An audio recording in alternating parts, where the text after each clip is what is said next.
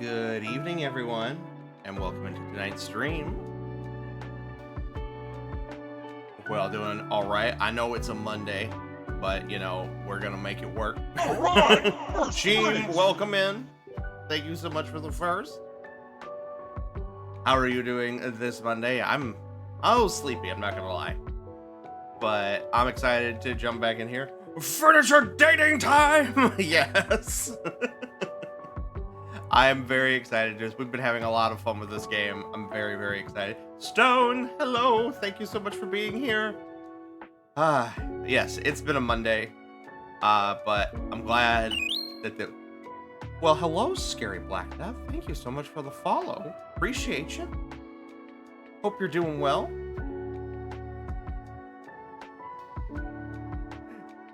Is me Unk? Wait. Hold on. Oh, Brian! Oh! Well, hello, Brian. Thank you for finally joining us in here. I appreciate you. I mean, I know I'm not your Unk, but I was reaching for context.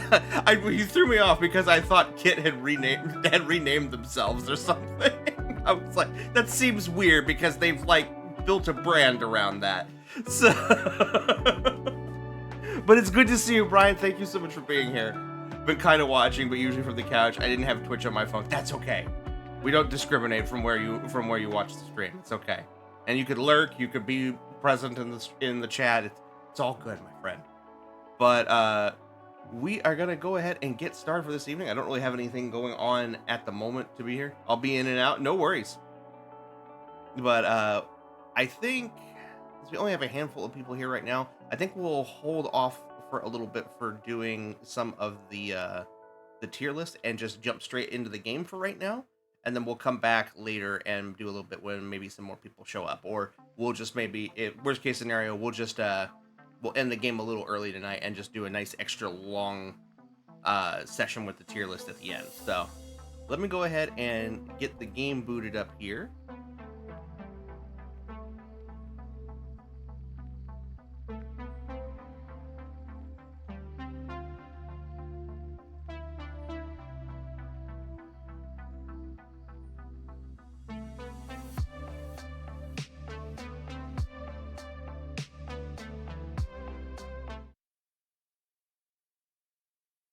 Turn off the lo-fi music.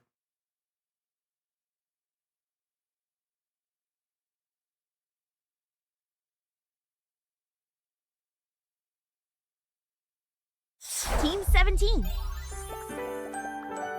Nice. Sassy Chap Games.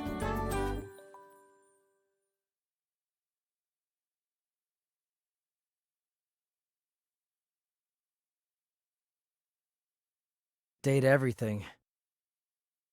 You sound real cheery. I don't know who that was, but the largest television screens in the world are all located in Las Vegas, Nevada. Hey, all you Vegas people, can you verify that one for me and which ones they are? I feel like one of them is probably the new Sphere, right? Well, I don't know if that's one solid screen or if that's just a multitude of screens.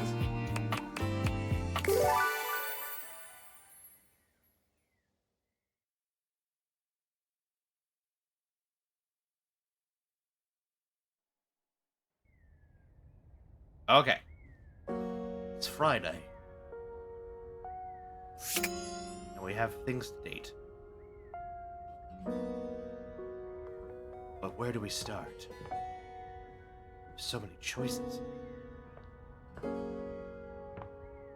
Let's see here.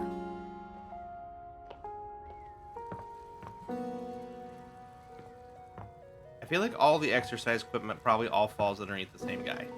Do we do the standing fan? It's my biggest fan.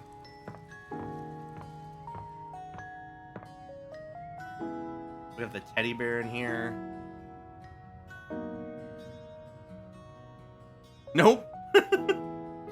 Oh, guys, Cheem said no. So let's see here. Some of the exercise equipment is different. Oh, okay.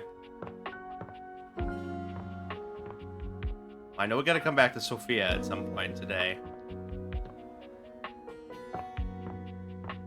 Oh, there was one other thing in the, Dorian, please. There was the thing in the crawl space that we missed, because there was the ladder and the, I think there was a mouse trap down there?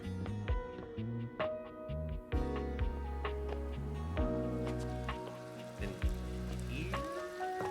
No. I don't know how to navigate my own house.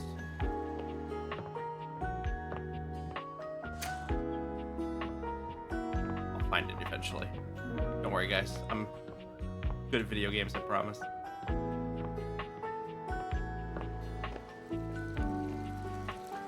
Was it? Can't remember where the...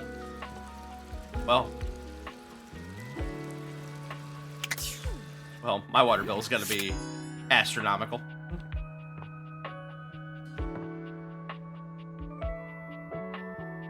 Cat clock is at 9 a.m. or do we do that last time? My brain is... Oh no, Timothy, I was going for love, but ended up with friendship instead. So, Timothy is done for right now.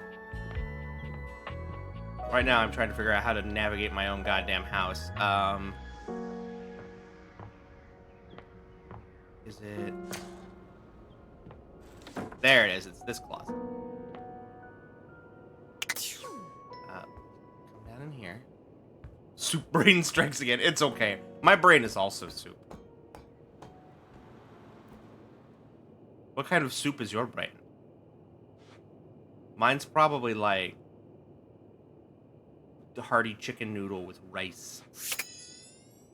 Alright, let's go with this mousetrap. An unholy Oh my God! of rat and trap stands before you. He regards you as you do him, with surprise and disgust. He holds his hands up to his chest in a distinctly rodent-like gesture, his nose twitching at intervals. It's little furry Danny DeVito.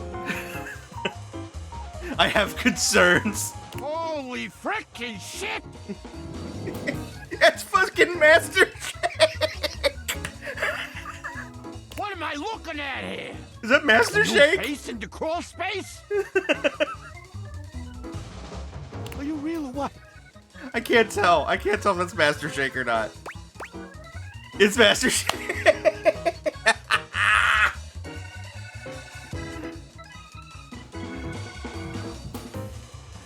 You know, yeah, I mean, yeah, yes. What's wrong with you? Just dicking around. You don't say. Hello, I'm Vaughn. I'm your rat trap. Bring in your little card. You'll see. Hi, I'm Vaughn. I can't wait to love you or whatever the fuck.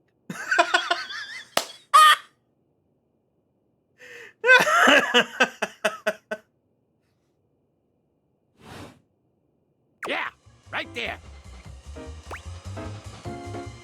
How long have you been down here? Oh, a long time, Pally. A long freaking time. I love this. You eyeballing me or something? I can feel your gaze. Lingering. Oh, I'm so sorry for that. You're a lot to take in. Oh, well, that's all right. I guess it isn't really your fault. I do think of myself as a very well-defined character of a sorts. How do you do? Vaughn stops for a moment, his nose twitching as he sniffs the air. He squints at you, suspicion in his gaze. Hey, buddy, you got cheese on you? No, should I? Shouldn't you? Shouldn't you? Fawn's got a point. You come into my crawl space and you got no cheese? This frickin' schmuck? Listen up! You seem like the fancy outside of the crawl space sort. That right? I wouldn't say I'm fancy, but... Look at the way you talk. You got no character. So I'll let you in on a little something. We came into his crawl space with no cheese. Oh yeah, I know. We truly a travesty. You want to make a good impression? Sure, why not? Then you bring some frickin' cheese with you. You bring some freaking cheese with you. The fuck's the matter with you? That's a life lesson for you too, kid, in a metaphorical sense. So in this particular instance, I mean it very literally. Give me that cheese, baby! Oh my god. Oh, my ribs hurt. Get some cheese, I start chatting, okay? You want to know more? Throw me a slice. Cheese. Got it. Check the fridge, Slowpoke. Oh, that's so funny. Oh my god. Oh. Oh god, what a way to start the day. Holy shit.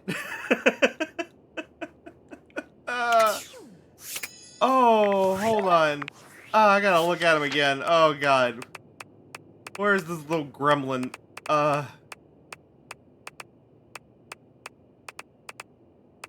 Alright.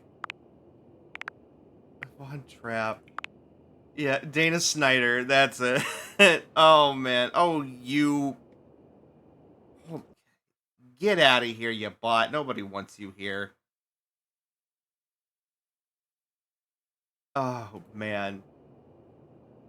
Likes jazz, cheese, never letting go, dislikes crawl spaces. Oh man. Alright, how about the ladder? Well, look at that. You've made another friend. Trap Dorian? I'm sorry? A true porcelain arms. Just like myself. Keep it up. It feels better and better the more you do. Trust me. Dorian is less clothed than the last time you saw him. But when your eyes meet, he doesn't seem the slightest bit embarrassed. It's almost like he wants you to see him like this. He was suddenly bleeding. Oh dear. You've caught me in my horizontal state. Oh my god, Dorian. I think KJ's not in here. I try to stay hidden under the rug because this isn't a part of myself that should be out in the open. But even us doors have to cut loose from time to time. Oh my god. KJ is truly missing out, yeah. Put your shirt back on, dude.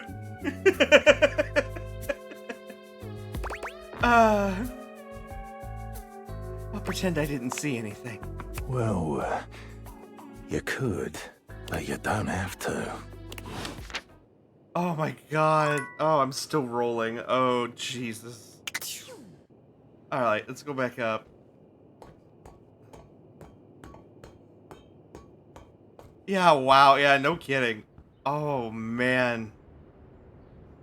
Oh, do we date the water heater? Do we do that?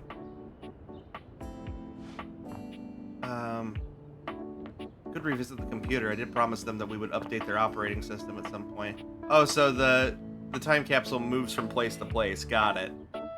Okay. Yeah, let's do our computer.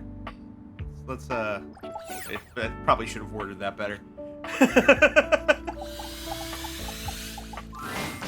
It appears that your intentions have gone awry once more, as the interloper Lucinda Lavish stands there instead, striking a pose. Hi, honey. It's me. I said I would return, and now I'm going to give you a choice. Okay. I love choices. Thank goodness. Tell me, lover, how would you like to know me? Do something horny? That you're the best character in the game? Yeah, let me know how I don't know. Where do I go about this? Dice on the desk. I know. That one we might do a little bit later. There's reasons for that. I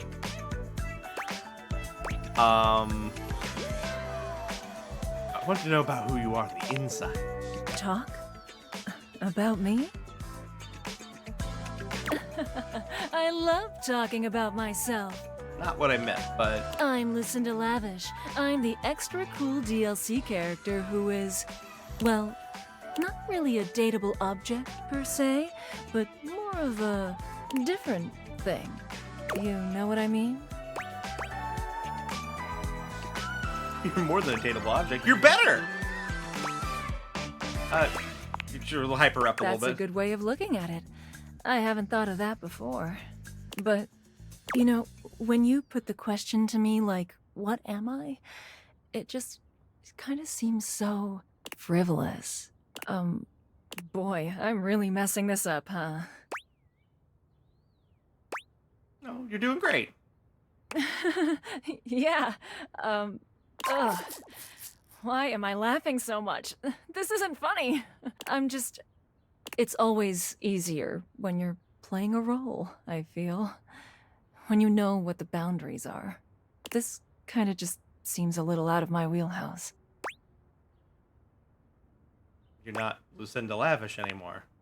Oh, Oh yeah, Lucinda Listless. Yeah, I just noticed the change in the name. you're right. Shit. I'm gonna go. And with that, she is gone. Well, damn. Okay, try it again. You're back! I'm back!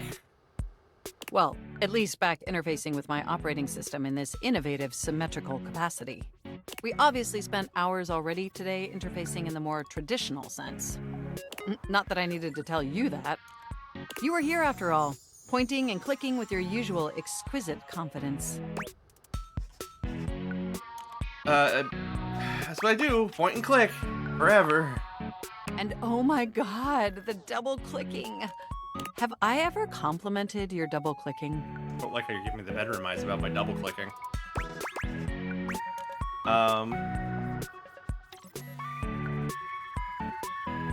don't believe so, but I'd love to hear more. Well, you double click so very gently and with such clear affection. You do? It makes my processors purr. Honey, no.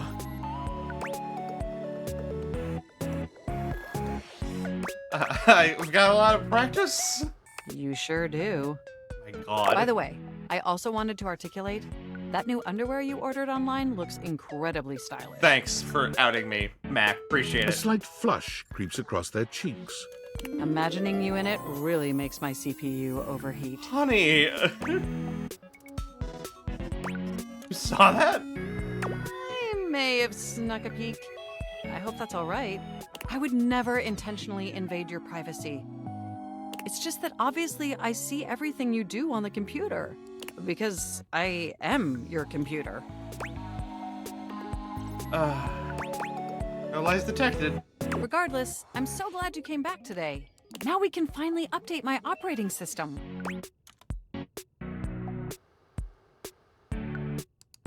Yeah, let's do it. You have no idea how excited I am. I could barely even sleep last night. And I know what you're thinking, but no, I don't mean sleeping like when you put the computer to sleep, or even when the computer is shut down. We computers actually have a third secret type of sleeping that no humans know about. Or I guess they didn't until I just told you. You won't tell anyone else, will you? I'd never betray your trust. I knew I could count on you. Computers have an extremely tightly knit social circle, you know. And word spreads at literal hundreds of megabytes per second. I guess that's the price you pay for being perpetually connected to the internet. Look up terminology online in the dictionary and you'll find a picture of me. I think it's terminally online? Yes, I am quite aware. That's also something we should discuss upgrading at some point.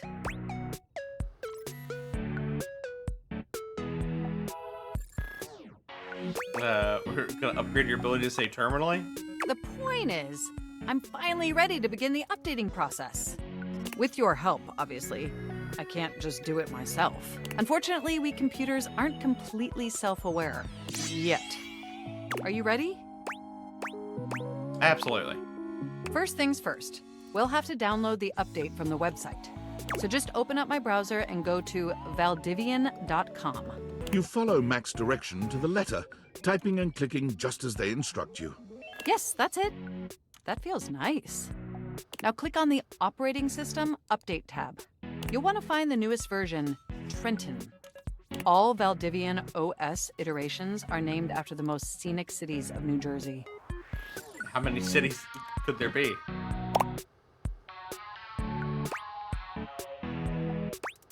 That makes sense, I guess. Does it make sense? I'm not entirely sure it does. Anyway, now just double-click the download icon and... Mac pauses, a slight shudder running through them. Ooh. Oh! Are you okay? They look away from you, blushing profusely. I'm so sorry. I didn't mean to make those noises.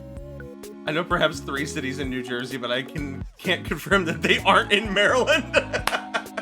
That's my point.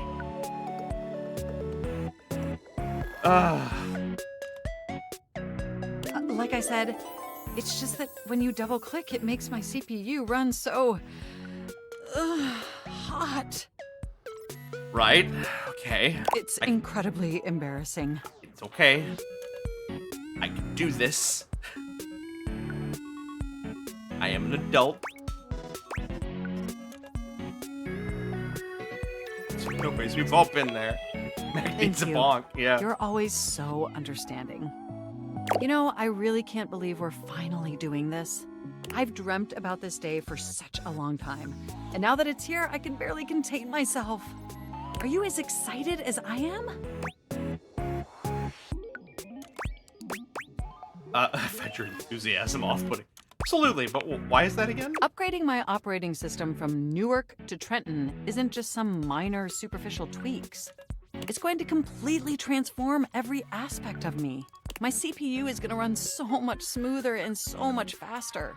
And my new user interface is going to be so sleek and gorgeous and youthful. It's going to be a transformation that Beverly Hills' greatest plastic surgeons only wish they could achieve. Does that pique your interest?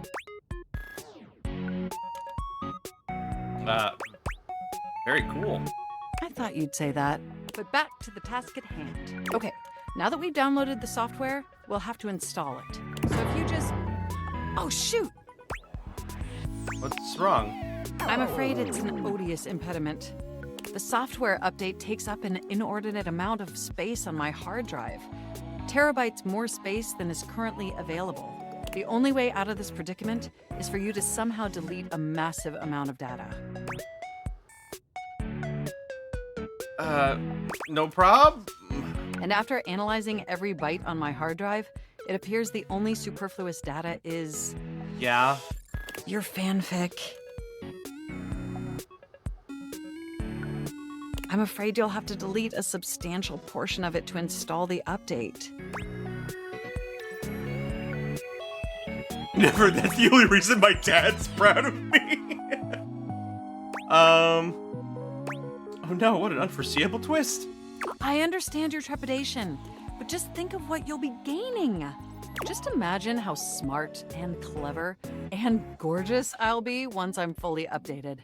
If you thought I was sexy running Newark, me running Trenton is gonna blow your mind. So what do you say? Can we delete those files?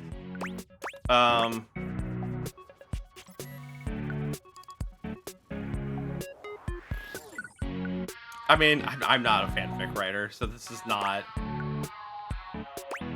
a sacrifice for me, I guess. For you, Mac, of course. Your selflessness only makes my affection cache for you increase exponentially. You are the absolute best, and you are not going to regret this. Phew. Now there's enough available space on the hard drive. We can finally install the update! Cool! Here we go! It's installing! I'm so excited this is finally happening! Okay, I just need you to behave yourself while it's going on. The next time we interface, I'm gonna be an entirely new computer. And more importantly, I'm finally going to be good enough for you. Oh, honey. Oh, I better calm down. If I get too excited, my CPU will overheat again. Don't do that. I can't afford to replace any parts. That's sexy? I honestly don't know. It is both very sexy and potentially flammable. Okay, it looks like the installation is going to take overnight to complete. But will you meet me back here tomorrow? I want you to be the first person to interface with the new, sexy, upgraded me. Wouldn't miss it. My processors are positively buzzing with excitement. And some other unexplained noises that honestly seem mildly concerning. Looking forward to interfacing with you tomorrow. Okay. Yeah, we'll get to you later. Alright. We got Sophia to deal with here. Mistress! I have arrived! You have returned. Well, choose your destiny. Chef and prep cook, or Santa and elf?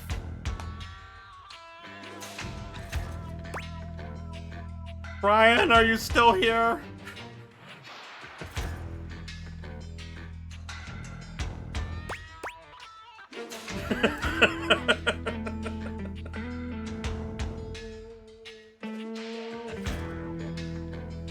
Alright, what's the saucier option? We gonna go Gordon Ramsay with this shit, or are we gonna go Santa's little helper? Which one am I? Am I Santa or am I the elf?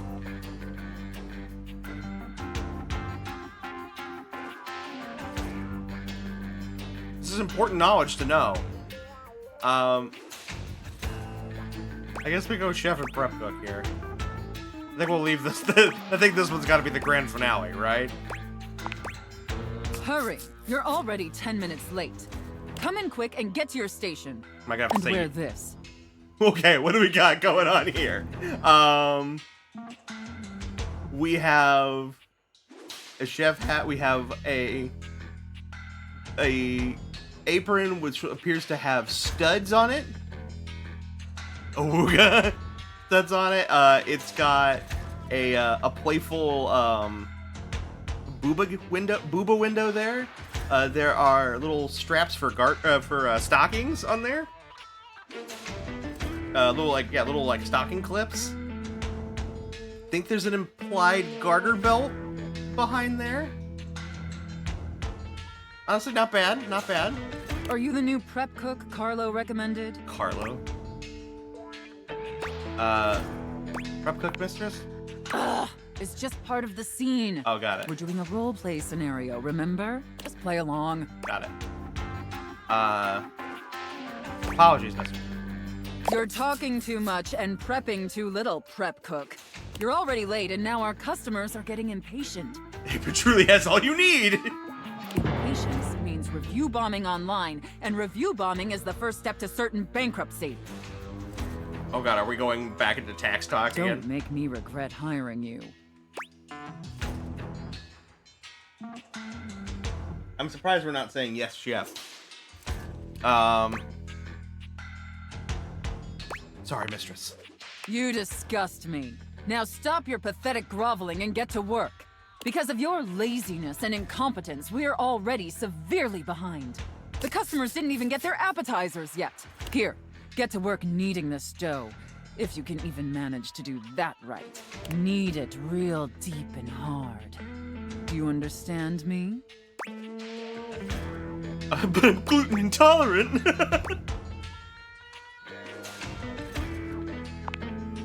Maybe I didn't make myself clear, worm. In my kitchen, I am the Alpha and the Omega. You exist to serve me unquestioningly and without hesitation. And at all times, you shall address your superior as yes, chef, and yes, chef alone. Do you think you can get that through your thick skull? Yes, chef. Better. Not great, but serviceable. Maybe we can mold you into an adequate prep cook yet. Now knead that dough. Knead it really, really deep. Harder, prep cook. I want to see the beads of sweat glistening on your anxious brow. Yes, chef, I love kneading your bread. Very good, prep cook. Apparently, you can follow orders when properly motivated. All right, enough with the bread. I need you to move on to preparing the main course, the turkey. Turkey? Here, take this stuffing and push it deep inside the cavity. As deep as you can possibly go. Mm-hmm. Can my little prep cook manage that painfully simple task? Yes, chef. Well, what are you waiting for? Get to work! That's it, my little prep cook. Take that stuffing and shove it deep inside that turkey. So deep. Fill that turkey up with those steamy, moist breadcrumbs. Shove them as deep as you possibly can. I'm going to hell for this. Yes, chef. Now quickly, slide the bread and turkey inside the oven. But first, make sure the oven gets super hot. We need to make sure the food gets thoroughly cooked after all. Yeah, but doesn't turkey and bread cook at different temperatures? How hot is the oven, prep cook? 425 degrees Fahrenheit. It's so hot, chef.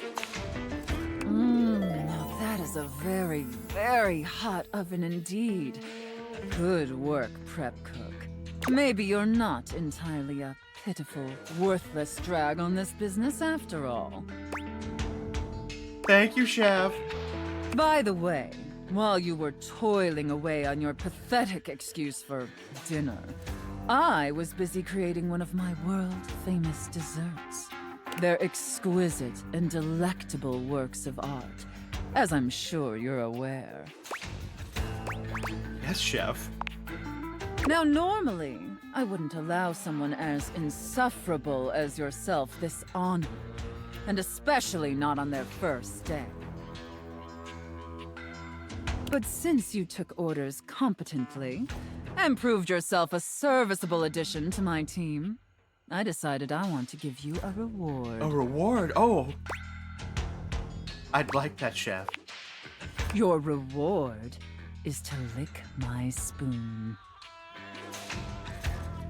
I'm going to resist the urge to make one of 1,000 different horrible jokes there. Lick it clean and tell me how thick and sweet my cake batter tastes. Mm-hmm. It's transcendent, chef. I know, isn't it? All right, that's enough. Now go clean the dishes. They're incredibly dirty, and frankly, so are you. I need you to scrub them of all their filth. Do you understand me? Scrub the filthy dishes like the pathetic, worthless worm you are. Yes, chef. And scene. I don't know about you, but that left me quite pleased. Significantly better than the IRS agent. An adequate and serviceable job, my little wretch. Tell me, did you find it as satisfactory as I did? Absolutely. Thank you, mistress.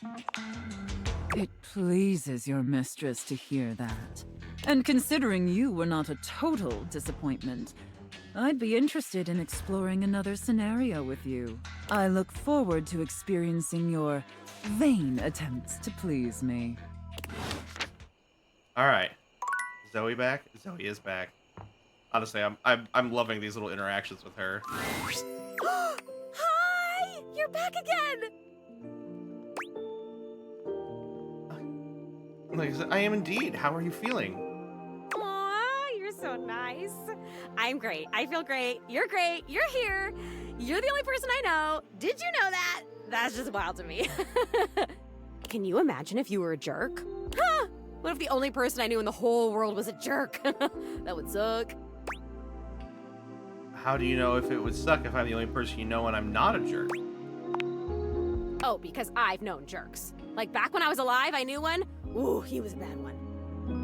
Like if you took a normal jerk and then you put him on stilts and you put him in a sumo suit, so he was like 3 times the size of a normal jerk, that was this jerk. I see. You remember someone? Tell me about him. Whoa. Oh my god, I remember someone. It's you. It's you being here. You're helping me remember and feel all this new stuff. It's overwhelming. Oh my god. How awesome! I'm overwhelmed! Whoa, this is crazy. It's like there's a roller coaster in my chest. I can feel my chest. Is that normal? For a ghost, I don't know. Yeah, I guess I'd be the authority there. Well, I can authoritatively tell you that no, it is not normal. I'm starting to feel not just feelings, but body stuff. If I had a way to tie you to a chair to keep you from leaving, I would totally do it. I'll stay if you just ask, honestly. Yeah, I know. I wouldn't really tie you to a chair. That would be weird. I think. I don't really know what's weird. I only know what I like and don't like. And I definitely like you. So, like, if you could hang out, that would be cool. And if you want me to tie you to a chair, I totally can. Jesus Christ, Zoe. We could talk about that later. Fudge! No, I can't. I can't lift the rope. There's no rope at all. Ugh, it's so annoying. Have fun. I'm annoyed. This is great. Okay, if you want to get tied to a chair, you'll have to do the tying, and then I'll float, like, nearby somewhere and make comments like I'm tying you. Like, maybe I could pretend to be threatening you or whatever. And then you could tell me what it feels like to tie yourself to a chair.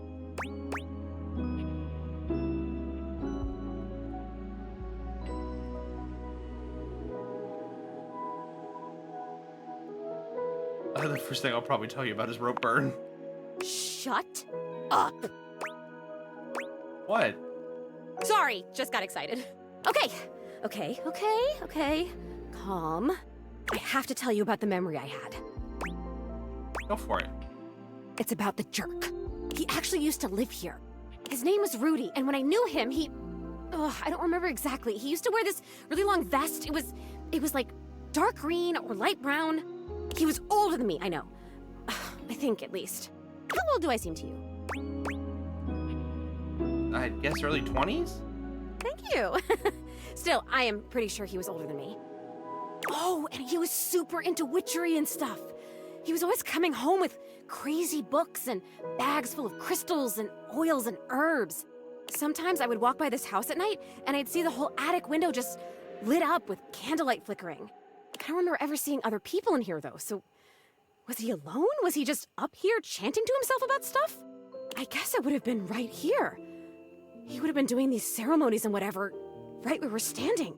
Well, you're standing, I'm floating. I only ever saw him out of the house when he was going shopping for more witch stuff. And he always had on that weird vest and had these super deep pockets. He always had his hands in his pockets.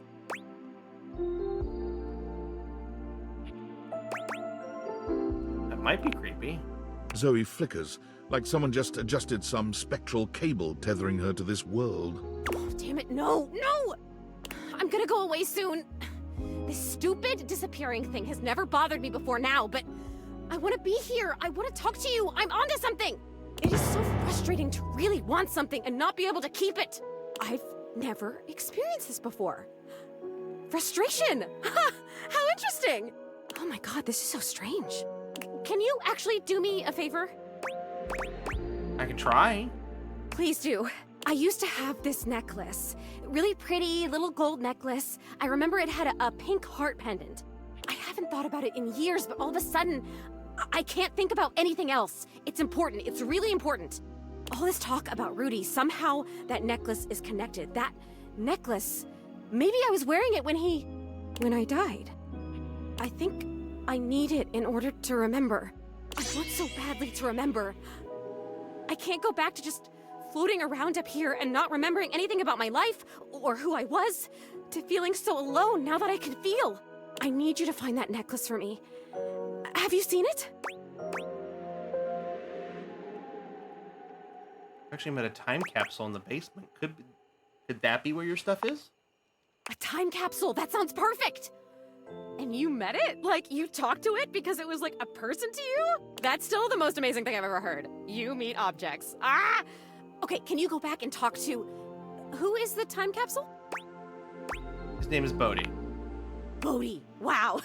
Okay, can you go back and talk to Bodhi and ask him if he's seen my necklace? For sure. You'd like him. I think he's really cool. I love cool stuff. I mean, I think I do. Why wouldn't I? Cool stuff rocks. Come back with it and I'll tell you everything I remember. All right, so we gotta make sure we talk to Bodhi tomorrow.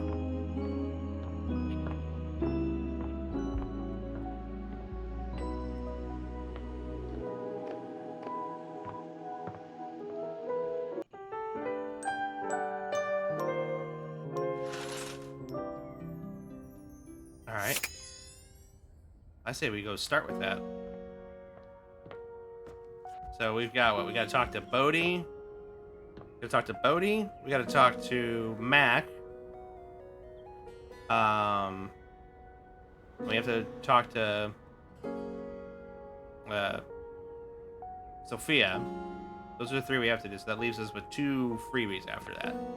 I think he was in here. There he is. Bodhi, wake up! Hey, I was looking through my various items inside my capsule, and I found this cursed little necklace. It's pretty bodacious if you ask me. Curse, did you say? Yup, I was getting a bad vibe. I thought it might have been gas, but instead it was definitely this necklace. Bodhi holds a small jeweled pink That's it. pendant on a gold chain out to you. It's shaped like a heart and sparkles prettily when it catches the light. You want it? I normally don't give my precious materials away, but this one doesn't seem to fit my style. Take it. Zoe probably wants it. Zoe? She's the ghost upstairs. A ghost? Bodhi's hand shoots out, dropping the necklace into your hand without even waiting to see if you're ready. He flees, calling over his shoulder to you as he goes. I'm out. Take it. All right.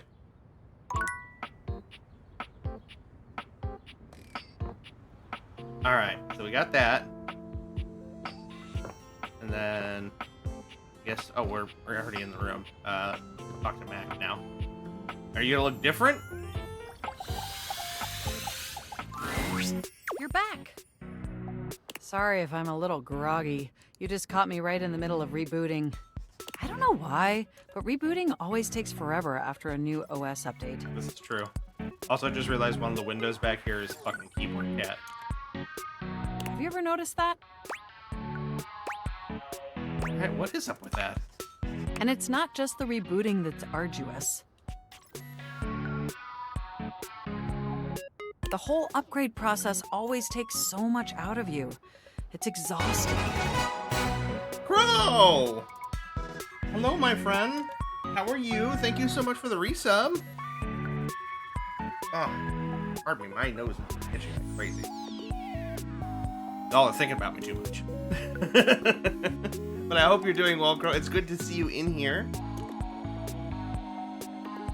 Remember the last time you upgraded my operating system? From Atlantic City to Newark? Remind me? Yes, that's what I'm doing. That upgrade was supposed to make everything run much more efficiently. At least that's what the commercial promised. No one has ever regretted a move from Atlantic City to Newark, was the marketing tagline. I'm alive. I got my flu shot a few hours ago and I feel like, oh, shit. Oh no, I'm sorry. Well, you can just, vibe in here for a little bit if you want. As we, date all of our furniture and personal possessions.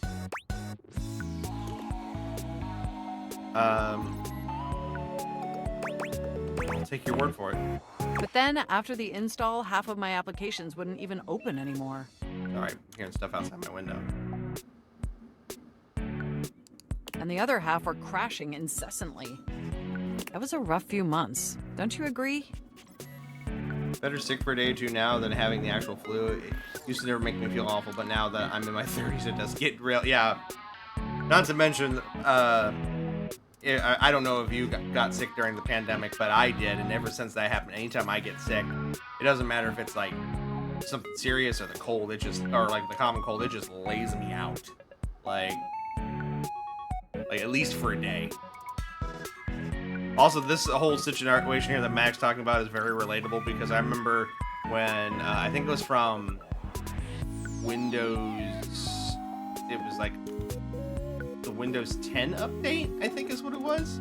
All of my, I got a free upgrade for it, and when it happened, all of my recording software wasn't compatible because none of the companies had the opportunity to upgrade their drivers to be compatible with the new OS. So I intentionally reverted back because I was like, I can't do anything. Oh, that's right, I forgot. Yeah, we all kind of got it when we were all, for you don't know, Crow and I used to live together back in the old days.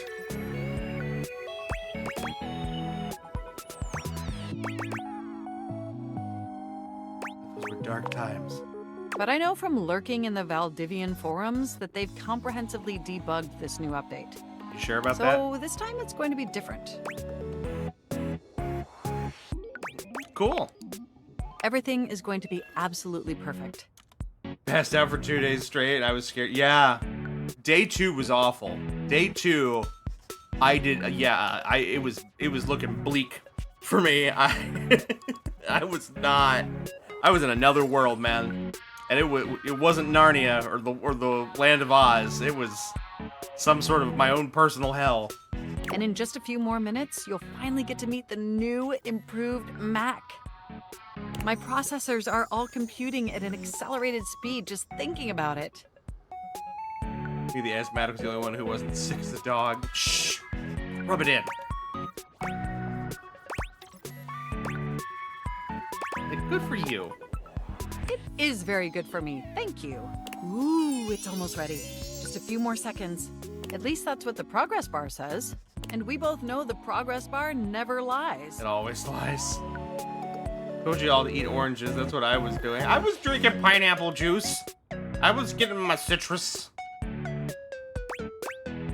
My citrus, getting pineapple juice and, was it pineapple orange banana juice? That was my thing. It's still my thing for when I get sick to this day.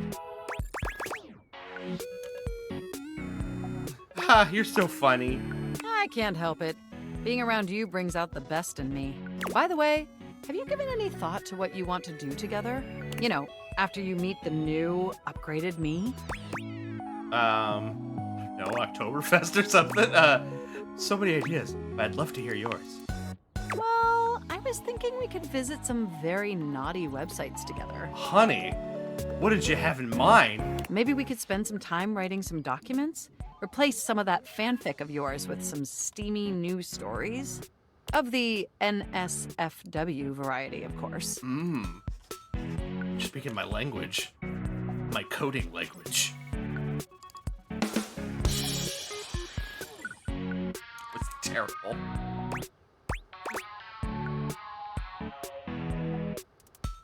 I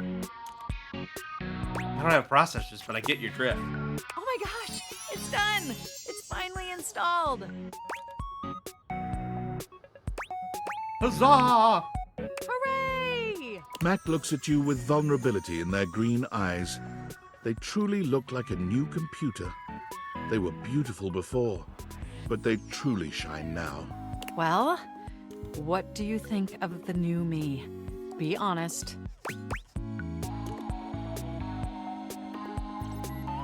You're absolutely stunning, man. Wow, you're right! You know, this upgrade really is something. I mean, I knew it'd be impressive, but this? This is really impressive, if you know what I mean. Yes, I noticed a marginal difference. Internally, I'm processing information so much faster and so much more efficiently. Okay, real talk. Love that this character is inclusive with this character. Yeah, I've been very impressed because I'm pretty like I don't want to make any assumptions, but I think that there has been at least one or two trans actors in here as well that we've stumbled across. Like I said, I don't want to make any assumptions, but and if that's not true, that's fine. But Regardless, it is very, very impressive that they were unafraid of putting in that kind of variety, right? Like, very, very, like, huge props to them. And the fact that, like, the characters are designed to be, what do one of my friends call it? Player sexual is what they called it, where they match your vibe. Like, it doesn't matter if you're, you know, man, woman, you know, non-binary, some other fourth thing, you know, they're just into you. And I like that as well. It's like my mind has achieved a level of enlightenment far beyond what I could even imagine previously. Here, ask me a question. Any question. Any question. How many marshmallows can I fit in my mouth? I would love to answer that for you, but the knowledge would no doubt drive you to madness. You're probably right. And I can now see that you were indeed wearing a fantastic red shirt this whole time. Moving on to my appearance. Wow. This operating system is sleek, exquisite, and downright sexy. Let's be honest. This is a user interface that is just begging to be interfaced by as many users as possible. Honey. Am I right?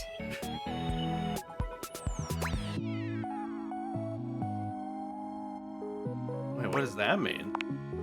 Oh, I'm so Hello, sorry. Kai. I certainly didn't mean to hurt your feelings. I was Let's just get a thinking good that stretch. maybe, in order to fully commit to each other, it'd be healthy for our ultimate emotional connection if we spent some time seeing others. Hey, I get that. Don't you agree? If you say so. Listen, I don't want to hurt your feelings or anything. Through the experience of being intimate with others, ultimately, I think we'd learn more about what we truly need in a partner. And armed with that insight, we could return to this relationship with the tools and experience necessary to ensure an optimal romantic outcome.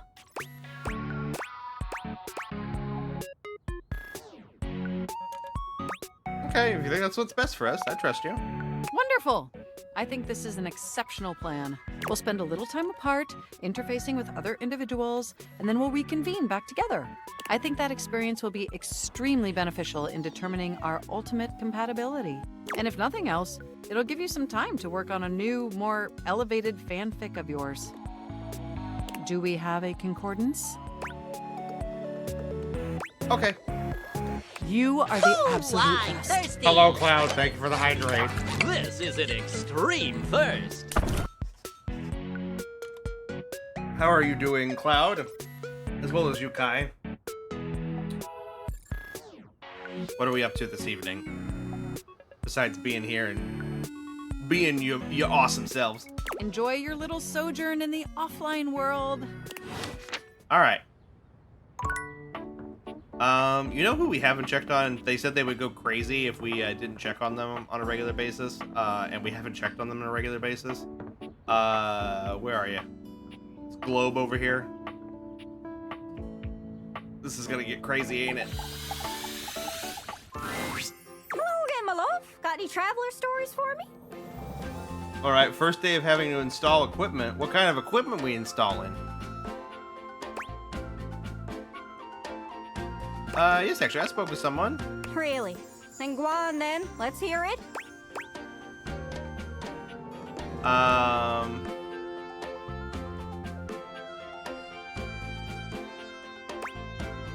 Dorian is from England, gotta be. That's lovely. What's all this then? Oh, that's one of the things they say over there. Rubbish. Oh, keep going. You having a laugh? I'm taking the piss. Listen, you two. Canada and America are beholden to England for smithing and refining the language we're speaking right now, which is called... English? American? Oh, computers, etc.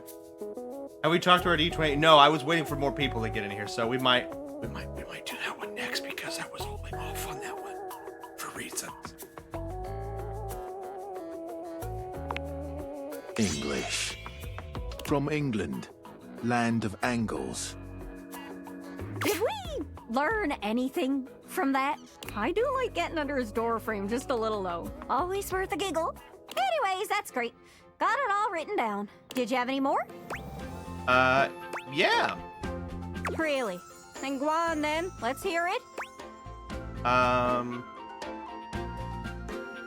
Pretty sure Keys is from somewhere in Africa. That's far. Darling, allow me to tell you about my homeland, Say Nigeria. Yeah. As is my duty as I'm a in love with performer, her. Mhm. I have brought only the most incredible and spine-tingling facts spoken to you in a most arresting manner.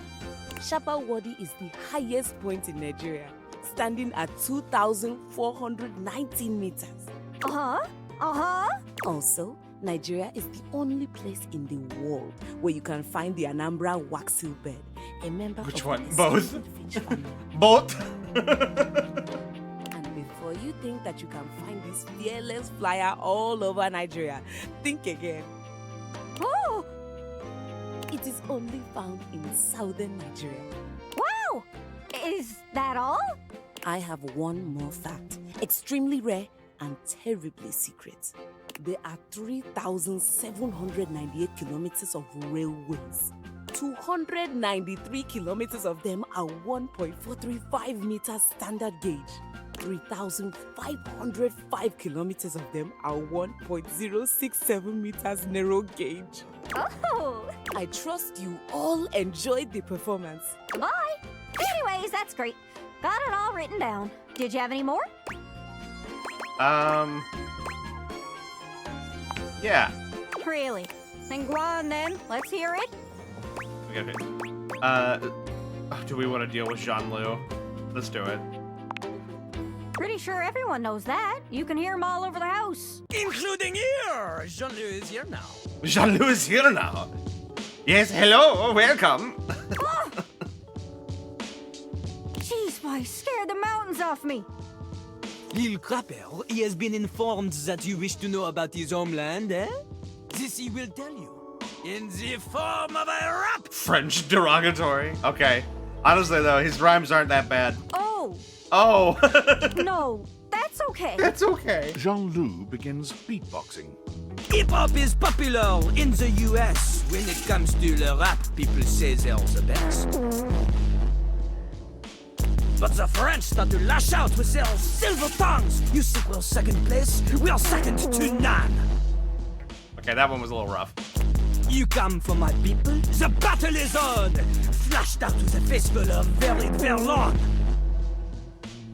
Jean-Loup leans over and does a call and response with himself. Verlon! Verlon! Qu'est-ce que est Verlon? Verlon is a well where new language is born. If the syllables permit, you turn and reverse it. The meaning's the same, but you change how it's worded. So, you take the syllables of a word, but then you swap them. So, example, music becomes zikmu. It means the same as before, but now it is backwards. Now it is spicy. Interesting. Oh, okay. I get it, I think. Please, no. No more toilet round. That's cool. Or I guess, cool? Nah, that's Pig Latin. No, that'd be in ul. English, huh? No, that'd be ulk. Jean-Loup, you are too pretty to be this annoying. No! This is one of the reasons French is the best language! And so Jean-Loup uses it now to bid you... Oh! Anyways, that's great. Got it all written down. Did you have any more? Yeah. Really? Then go on then. Let's hear it. So Keith is from Spain. Makes sense to me with a devilishly charming accent like that. Alas, no. No? Gibraltar, he says. Oh, small Gibraltar, place okay. next to Spain. There are only around 32,000 people who live there. Oops, that's embarrassing. One would think, of all of us here, shouldn't you know its location? Not everything is labeled, okay? And there are some countries stuck to me backside. Ah! You can remember I hail from Gibraltar because we have a key on our flag. Oh, that makes sense. That's right. Oh, that is easy to remember. I won't forget it. I've got it on lock. I must be on my way. Anyways, that's great. Got it all written down. Did you have any more? You got one more? Really? Then go on then. Let's Sophie hear is it. from Singapore. Wow, It was based on a special kind of coffee called Kopi Luwak. Isn't that the one that's made out of, like, rodent excrement? It's true. It's brewed from a special kind of bean. Oh, yeah? Is it magic? Are they magic beans? Kinda. They're harvested from the fecal matter of civets. Yeah. It's shit coffee. Huh? The what? You heard me. Gross! It's supposed to be a delicacy. That's poop from a butt. Yes, it is, Gaia. Yes, it is. And it's pretty expensive. It is very expensive. Why? Well, to each their own, I guess. Artificial vanilla flavoring is from beavers, so yes. Actually, I think they have more than one source from it, but I think that's where the original extract came from, yeah. Suppose I might try the poop coffee if I had the chance. But if it's that expensive... Yeah, man, Civic I don't coffee know. is stupidly expensive, yeah. Still, what a wild factoid! Let me just write that right over Singapore on my map. Just an extra day going, hey, Bragg, welcome in. We're just in here dating more of our furniture. It's been a bit of a Monday, as, you know, Mondays tend to be, but, you know, I'm having a good one. Poop coffee. Probably not the most flattering factoid. Well, if they don't like it, they should stop drinking poop coffee. Stop saying poop coffee! Well, the coffee I serve here is poop-free, thank you very much. Anyways, that's great. Got it all written down. Did you have any more? No, I think that's it for now. Cool. Thanks again. Say, not to be greedy, but I'd really love to hear some more stories, if you wouldn't mind. Not too many, just a couple, and only if you got the time. Though, truth be told, I'd love as many as you could get. Please? Sure. Aw, you're the best. Thanks, my lover. Your lover, hold on. Alright. Okay, we got a bunch of people here. Everybody wants to see the D20. Y'all better get yourself hyped up here. Is it up here? No, it's downstairs. I'm dumb. Alright. This is what y'all wanted, right? We're ready? Come on, are we ready?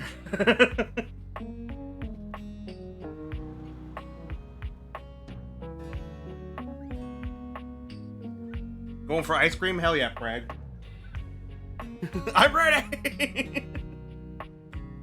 Alright, here we go. You've never been ashamed of your interest in tabletop games, but ever since you stopped seeing people, you've spent far less time role-playing than you used to. The cloak-wearing nerd standing before you reminds you of days gone by, when you used to gather around a table with your college friends and pretend to be someone else. Wish I had college friends. Ho there, traveler! Local grocery store ice cream? Ain't nothing wrong with that. What did you call me? No. Ho, as in, hey, howdy, how are you? You know, simple salutation. Oh, I'm pretty sure we all know who this is. Oh, well then, a good day to you. Ah, that's the spirit. I'm Chance, your D20. The mysterious cloak comes off, and you see the friendly face beneath. Hi guys, it's me.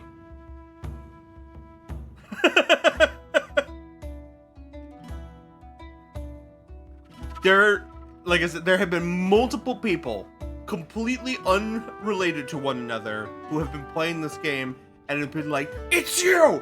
It's you! He looks like you! Swoop that hair? Yeah, I need the updo.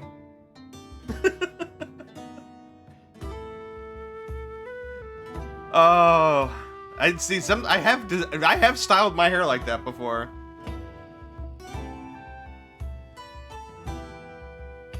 Oh man. Welcome. Look at them shoes. I want those shoes. Don't be wrong, like the battle map shirt is also a bit of a look too, along with the dice bag pants. But them shoes though, get some rose-colored glasses and there we go, dice bag pantaloons. Taking a tiny respite from the drudgery of work? Just getting up to stretch my legs, walk around, talk to my things. You know what they say about all work and no play. I actually have no idea. All I do is play. Pants though, yeah. If you are up for a real adventure, I have just the thing for you. Do ya? Oh, I love that. I love that, like the rupee-esque themed bracelet. I would actually wear that. Somebody find something like that for me, I will wear it. Have you ever heard of... Oh, the dice bangles. Oh, I love those too. Grottos and gargoyles? Are you kidding me? Of course I've heard of G&G. Oh, that's great. What's your favorite monster? God. Oh, and what about your favorite mystical weapon?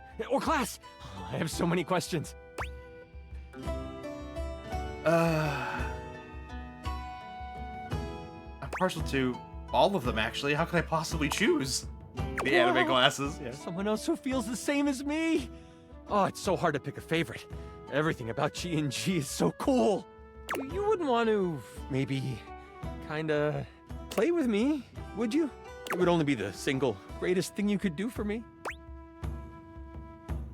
That would be a lot of fun, Chance. Chance's eyes light up, his hands balling into fists as he does his best to contain his excitement. They just referenced you know who for this. Like, really? Holy crit! Someone to play with me! You have no idea how hard it is to find someone to play with. Oh no, I know, Chance, I know. Should we have a group for this game? Ideally, but hey, one-on-one sessions can be a really great way to learn the game. That is true. Depending on what class you pick, though, I might have a few friends around the house who might want to hop in. Regardless, it'll give us some time to get to know each other better. I can roll with that. What's next? It's time to get you your character. All we have to do is choose your stats, your powers, and your weapons. Then your armor, your lineage, and your gargoyle gauge. Although I might leave that out for this first character. It's an optional setting. See, you can have a portion of gargoyle blood running through your veins, which lets you...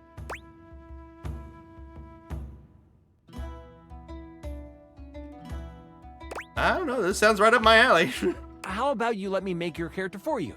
I know the game inside and out, and you can just show up and play. I'm gonna hold him in my hand like a tiny gerbil.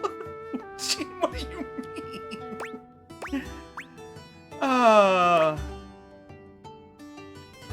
You do that for me? You're the best. Oh, I'm so excited. You have no idea how much fun we're going to have. I'll even build the session based on what class you pick. What are my options? There are 3 classes I can get rolling for you. All of them are awesome, but they won't be too much of a challenge. I'd suggest the Troubadour, the Guardian, or the Enchanter. Oh, you know which one we're gonna pick. Which one would you like? Enchanter is the one for me. I'm so excited! The Enchanter it is. Magic will flow and find home in your heart. I heard that Lux wanted to get into G&G more and was thinking of playing a hotshot. If you two know each other, I'll invite them. They are all over the house, bringing radiance to everything they shine on. When do we get to play? Now that I know who you want to be, it'll take me some time to finish building out the session for you. Give me a day? I should be ready by then. Anything before that, and it's a bit dicey if I'll be ready or not. Sounds great. I can't wait. Haha, me neither. Oh, it's been so long since I've played. I'll see you then. Oh, God. Okay, so cat's out of the bag.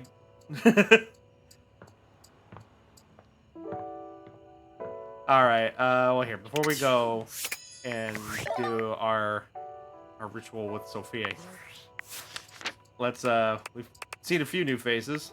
We found Spicy Dorian.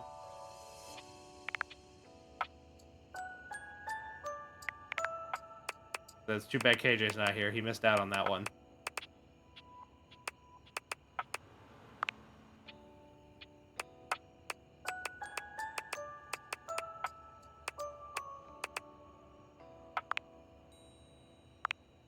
Oh, the icons. That is still just...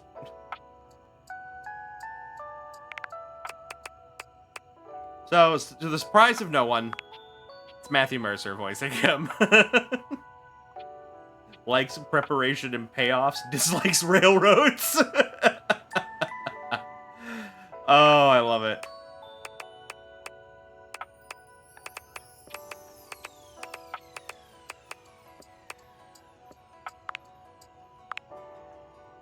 Oh, the outfits. Okay. Zoe Bennett.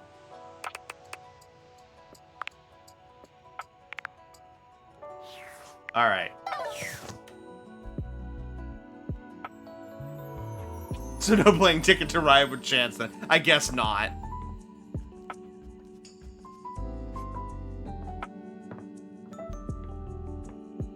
All right, Sophia. Time for the grand finale of roleplay scenarios, I guess. You have returned. Yes, I have. Well, choose your destiny. All right, let's see what the hell Santa and Elf is gonna be. Am I gonna be Santa? Are you gonna be Santa? Are you gonna try to involve taxes again? You, Elf, come here. Ho, ho, ho. Okay. Shit, let's be Santa.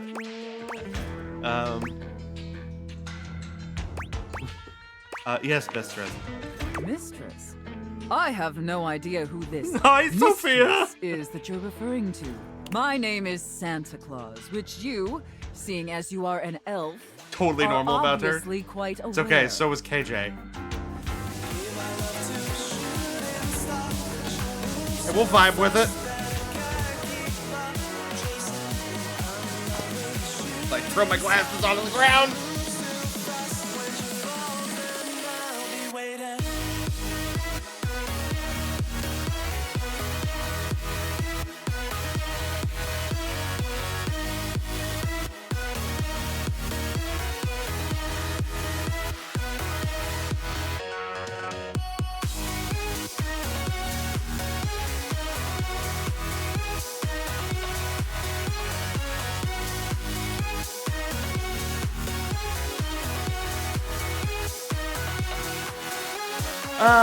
Welcome in, Cellar Dweller. How are you, my friend? How was your stream? I think you were doing... Were you doing Legos today? Am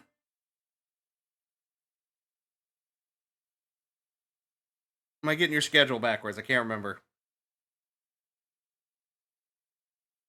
Okay, we had fun. Built an orchid. Oh, did you do one of the Lego, like, floral arrangements? Because I actually think those are super cool. Like, I'm always really impressed with, like, how, like, accurate to the actual flowers they are. Oh, and let me, real quick, let me get a shout out here real quick.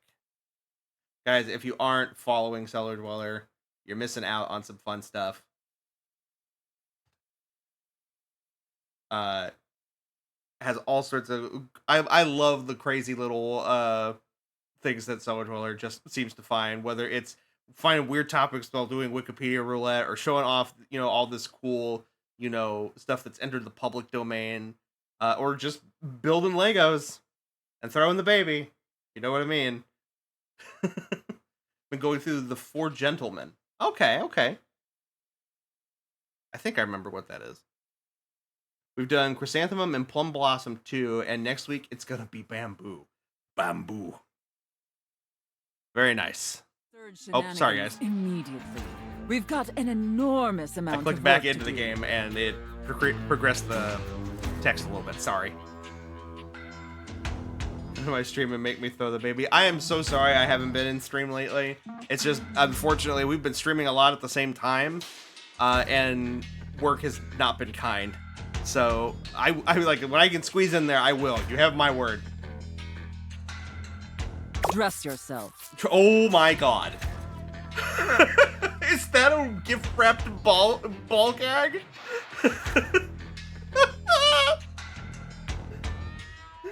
Oh my god, that's the worst one yet. And the clock is ticking.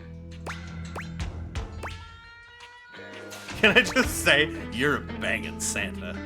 Right, you're Santa now. Gotcha. No, we'll be good. Yes, Santa. Very good, Elf. Now, as you are well aware, it's Blissmas Eve. But in case you hadn't noticed, we're in crisis mode here at the workshop. Not on Blissmas! Oh no, what happened, Santa? Unfortunately, our head chef, Tinselface, served some spoiled reindeer stew, and it's rendered our entire workforce incapacitated with horrific food poisoning. Tinselface? Is that supposed to be a reference to Taserface from the Marvel movies? Whatever you do, stay away from the bathrooms. Now there's no one who can help finish preparations for Blissmas Eve. No one. Except you. Remember that blonde, terrifyingly hot lady from Atlantis the Lost Empire? Sophia reminds me of her quite a bit. Oh yeah, I get it. Hey, Crow got a custom sound alert. All right, I will get with you on that, Crow, later. Please feel free to reach out to me later, and we will discuss that. I still got to get, I got Cheems ready to go. I just need to get it into the system, and then I need to get with Kai. Kai and I have we're still trying to find what they want. We gotta make that happen. I keep forgetting. It's okay. I'm only teasing. We'll get it figured out. It doesn't, there's no time limit on it. So, it's not like, oh, there's a deadline. We'll get it in there when we get it in there. I was waiting for a fat minute to do that. I just wanted a nice cushion of points before I did it so I wasn't fully wiped. Hey, I respect that. That's a theory. I'm actually getting ready to think about incorporating some new stuff in there for some higher amounts for you guys. I know a lot of you guys like talking shop with me about, writing and D&D and stuff of that nature. And so I thought about maybe putting one in there that's a kind of like a talk shop kind of thing. You want my my opinion or my suggestion on how to tackle a certain, creative endeavor or something like that. Also thought about maybe doing some doing voices for a certain amount of time while being on stream, kind of thing. But we'll see how that goes. Have you ever DM'd before for D&D? Not for D&D. I have done, what was it? I have done it, I can't remember, no, it wasn't, we actually weren't using a system. I made a little homebrew system, for, a Transformers, tabletop thing that we did, where I kind of used, a rules light version of 5e. That I kind of threw together on the spot, and ran that for about, I want to say for about a year. But I'm a longtime player, and very much enjoy both sides of the process. I have been working on and off on campaign stuff for a while. Unfortunately, though, my job just doesn't really facilitate me the time that I need to do the actual DMing, but I've learned a lot, and I've also been creative writing and collaborative role-playing in other means for the better part of pretty much since my early teens. So I've been role-playing in one form or another for probably, nearly 3 decades now? So I got a little bit of wisdom in here in this mostly empty jar of a head. How can I help, Santa? I'm going to be completely honest, Elf. You were not my first choice. That reminds me, as I have for as long as you, basically. I probably was even doing it before you were, Crow. Because I was doing text-based forum RP in junior high.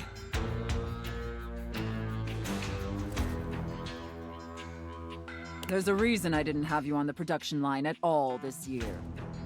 And G-Man's Pathfinder. I tried to get into Pathfinder, and maybe it's just because I've not had the experience of seeing the system really work in person, but Pathfinder feels so intimidating to me with its action economy. I know that's supposed to be like the big thing about it, but it almost feels it feels almost too complex. And that's saying something because D&D is already pretty complex. It started when I was 12, summer of 6th grade. Definitely shouldn't have been on the internet. It's okay, we won't tell anyone. I'm not your dad. Well, I am the dad friend, but I'm not your dad. You're sloppy, lazy, and generally incompetent. That's me! In fact, you're one of the worst elves who's ever worked for this organization. Yeah, but I'm union, so you gotta deal with it. Just a total embarrassment to the entire North Pole. If there was anyone else who could save Blissmas, I would call them. But there's not. It's up to you. Do you understand? I understand, Santa. Good. She wants me sloppy. I'm blushing. Jesus Christ. All right. First, let's take a look at your workstation. Dear God, this is where you work? This is a sty. Moldy gingerbread houses, half-eaten candy canes. Look, I like the snack. I've never seen such a nasty, unkempt, unprofessional workspace. You are beyond disgusting, and you should be deeply ashamed of yourself. Tell me how ashamed you are, Elf, or you're fired. Don't forget the multiple half-full mugs of eggnog. Don't call me out like that. I have a problem, except it's not with eggnog, it's with water bottles. There's like a dozen of them in my car right now because I'll drink one at work and then I'll start drinking a second one and then I'll bring it home and then I'll forget to bring it inside and it just stays in the car. And then I get back into the car the next day and I have another one and I see it there and I'm like, well, that's gonna go late. Have to be dealt with later, and I'll throw it in the floorboard. I probably have enough water bottles in there that I could just fill them back up to full. Imagine getting mugged for eggnog. Okay, cellar dweller. I see what you're going for. There you go. Imagine mugging eggnog. Isn't that just what we do normally? Deeply ashamed, Santa. You're absolutely right, Santa. Such a pathetic and insincere response.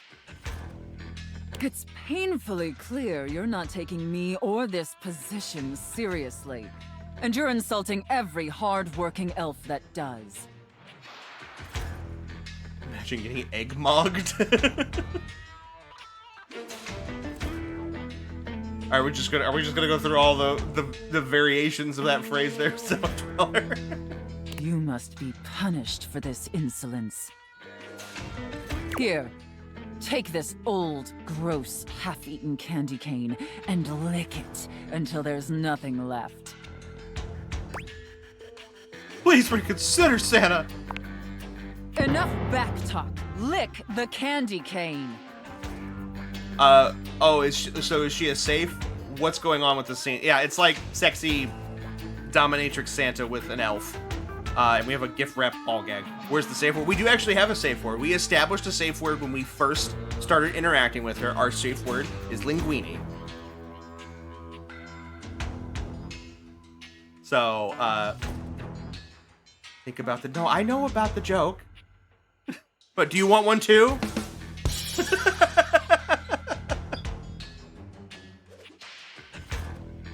No, I was actually just trying to commend the developers for actually, like, making sure that even in a BDSM dynamic, that consent is still very much a thing.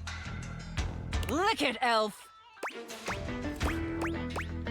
Anything to please... Oh no, Kai!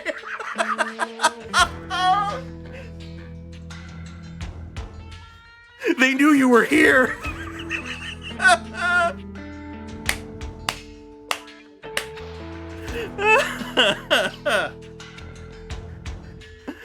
Oh no!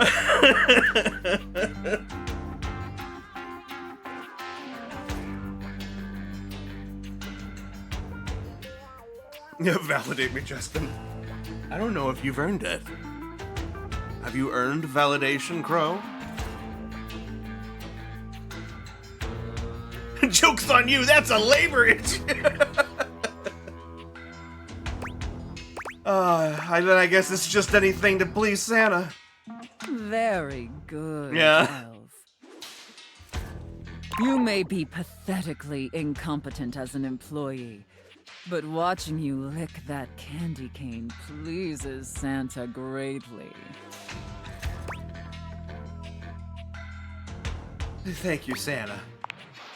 In fact, it's awakening an overwhelming hunger Santa hasn't felt in many Blissmases. Excuse me, I did good adult things today. A scrap of dopamine is deserved. Oh, is it? Okay. In that case, what can we do for dopamine here? You want the anime magic? Does that help?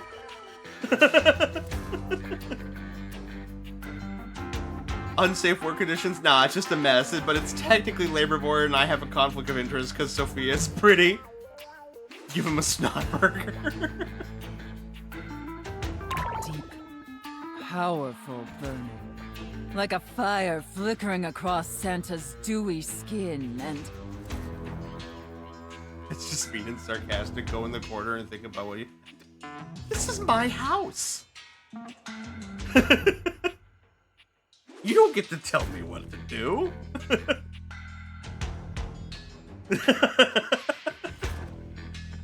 Except when you redeem things with the channel points, then I guess you get to tell me what to do.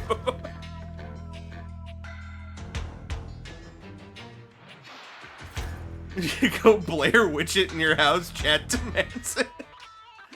Only Mistress gets to tell him. Only Sophia. Great ghost of Blissmas present, is that really the time?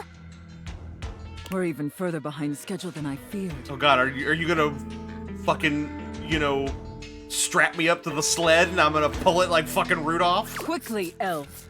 I need you to finish building the wooden toys immediately. You like toys, don't you, Elf? Well, I do have one technically. Toys, I get it. It's a double entendre. That means two things. Very much so, Santa. Does the ball gag light up? Because that would help for leading this. Like, God, if only.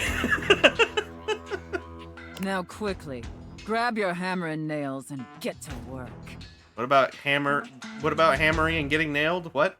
That's it, Elf. Nail that wood. Oh, I'm dying! Nail that hard wood, you pathetic, worthless elf. I think Sophia needs a bonk, maybe. Me being a Discord couple watching, and my friend joins the call going, oh yeah, I'm gonna ectoplasm. Harder! Yes! Just like that! Oh! Yes! Yes! I'm hammering as hard as I can, sweetheart. Looks like I may have underestimated you, Elf.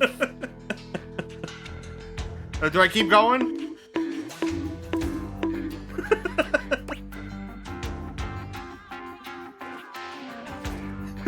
Majored in carpentry? What? At University of Las Vegas?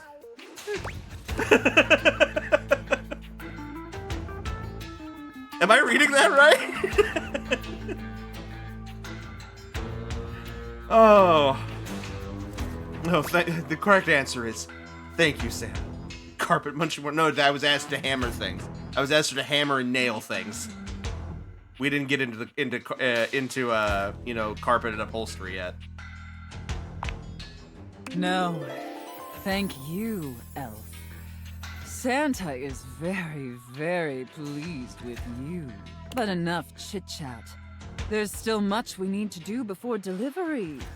Now take the wooden toys over to the gift wrap station. Mm-hmm. They need to be properly wrapped before they can be distributed. Quickly! Yes, Santa. Right away, Santa. Now wrap the presents using this silk ribbon. Ooh, silk ribbon. Tie them up tight. Real tight.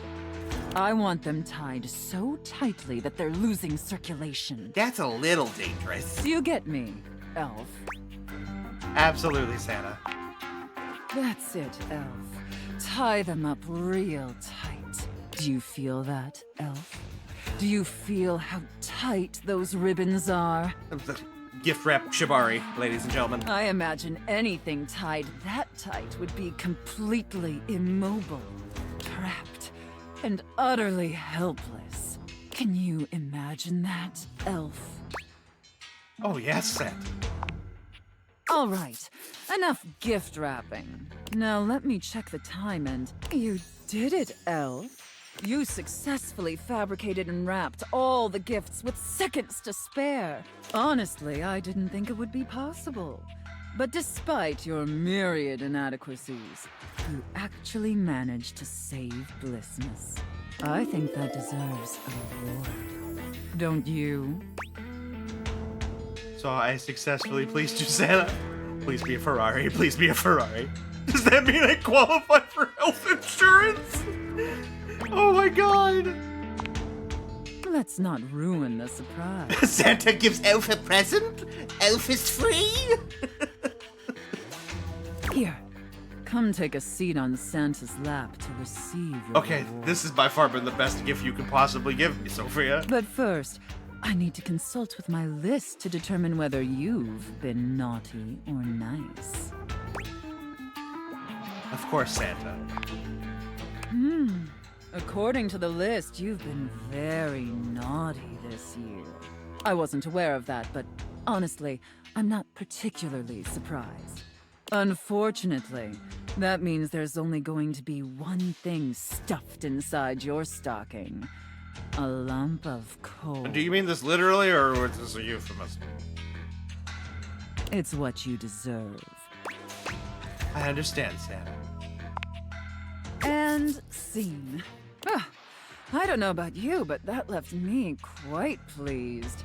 An adequate and serviceable job, my little wretch. Tell me, did you find it as satisfactory as I did? Absolutely. Thank you, mistress. Very good, wretch. It pleases your mistress to hear that. Regardless, you've sufficiently helped me fulfill all my role-playing fantasies, and thus injected some much-needed vivacity into my lackluster late-night activities. And it appears, despite my initial misgivings, that you have proved yourself a satisfactory plaything for your mistress. Thank you so much, mistress. Honestly, and I can't believe I'm saying this, I think you and I could be even more. Don't get me wrong, putting on this persona, building relationships with this specific dynamic, it's a lot of fun. And I love helping my little wretches fulfill their fantasies. But it's only one side of me. It's definitely the side I show the most, but that's partially because I've never really found someone I felt comfortable enough with to share all of me. Until now. So what do you say, little wretch? Shall I give you the passcode to my chassis? Ooh, spicy. I'd love nothing more.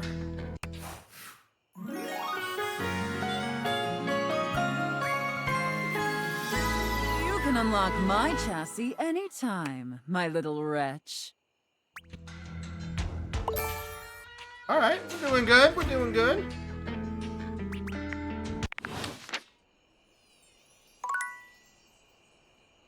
Okay.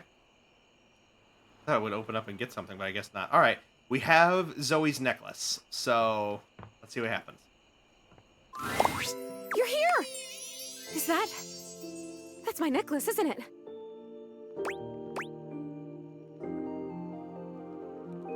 It's really pretty. I can see why you like it so much. I've been thinking, and it's harder when you're not here, but now you found that necklace and I can see it again for real. All these memories are coming back now. About my life, and Rudy, and being in this house. So happy for you. Thank you. You're the only person who can see me. Is it okay that I talk to you? I need to, but I'll stop if it's too much for you. I'm I'm actually really sorry. I can just go. I mean, I'll go as soon as the disappearing thing happens. Like I said, I don't have control over that, but I can just wait in the corner until it happens. If I'm bothering you, Oh, I can't open it now? Okay, I'll have to check that in a moment. Thank you for pointing it out, Cheem. Zoe, it's okay. I want to hear about it. Whew.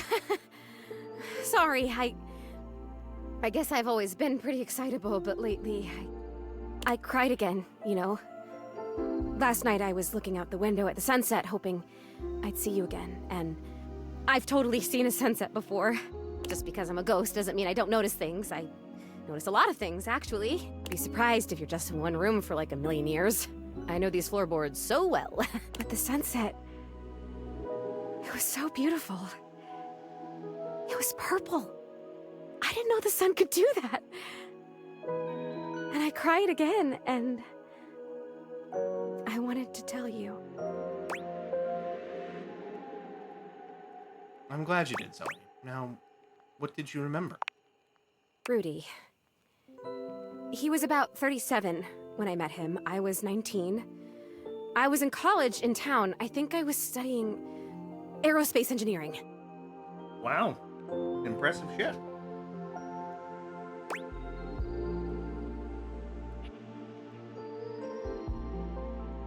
Aerospace engineering? It's what you study if you want to be a pilot. I really wanted to be a pilot. I always loved to be on planes. And I loved the uniforms. I wanted a little set of gold wings for my jacket. Oh, that's cute. Plus, there weren't a lot of female pilots back then, and I wanted to be a pioneer. If I'd been born in the 1800s, I would have gone out west in a heartbeat. I might have even been a gunfighter. You even shoot a gun when you were alive? Well, no, not officially. I had a great water pistol, and I was a really good shot with it. But I mean, like, pioneer in the personality, mental kind of way. I would have been a gunfighter in my mind. I get it. You really do tend to get me. I appreciate that. But Rudy, he was pretty good looking, actually. His hair was going gray, which I always thought was kind of hot. I had a crush on Charles Binberg when I was a kid because his pictures were all in black and white, and he had blonde hair, so in the pictures, to me, it looked gray. Welcome back, Preg, and I'm glad you got your ice cream. What flavor did you get? And he was a pilot. I wanted to be a pilot. I had a crush on Charles Binberg, and I always wanted to be Amelia Earhart. Is there a reason why they're changing his name? Is because there's I know there's a lot of controversial stuff that happened with the family of Charles Lindbergh. American Dream, nice choice, Bragg. I know there was some stuff that went down with the Lindbergh family, but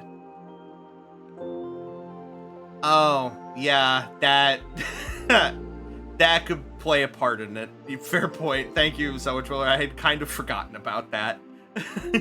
Yeah, and there was I know about the kid. It was the kidnapping of his son? Question mark.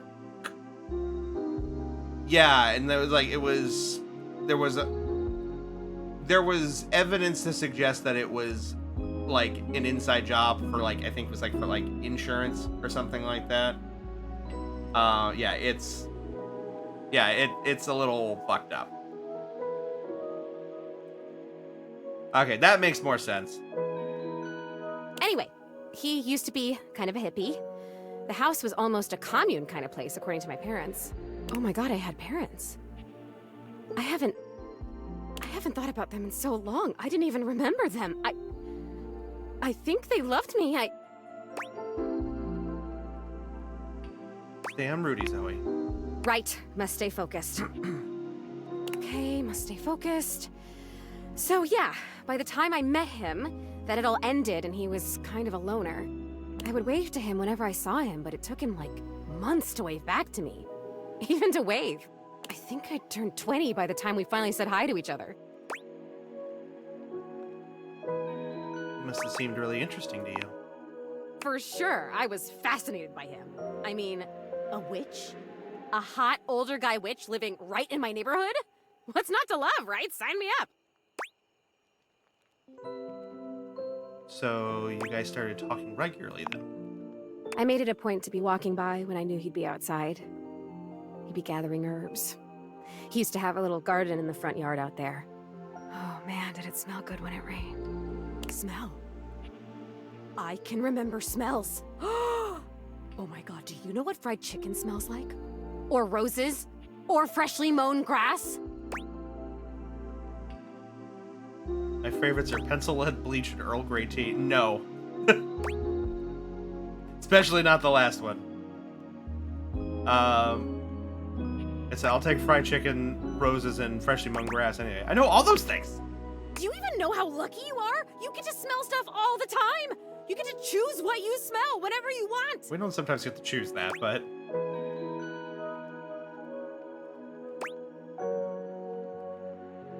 Well, you used to do that too, walking by Rudy's garden. You're right. I did. Wow. I guess I was lucky too. I guess I'm even luckier now because now I can remember it all and I can savor it. Oh, this is so cool. Thank you for coming back. Thank you for helping me remember. My pleasure. So what happened next? I started coming up to the house to do, I guess you'd call them seances? It would be just him and me up here trying to make contact with ghosts. I see. Did you ever get anybody?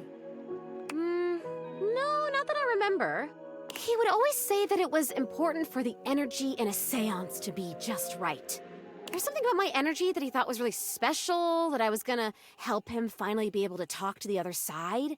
Apparently that's part of what he was looking for with all those parties he used to have. He was looking for the right combination of people and just never found it, but I was different. Oh. So what a predator might say to a mark.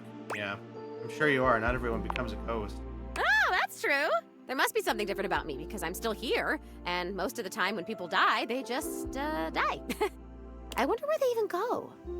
I wonder if I'll ever get to see that. That must be a totally different adventure.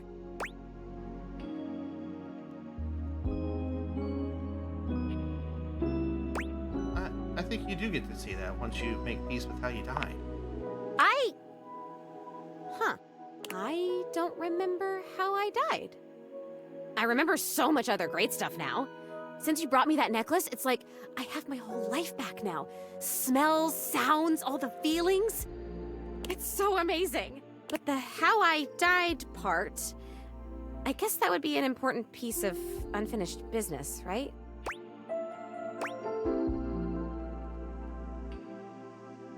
For sure. I'm kind of wondering if Rudy had anything to do with it.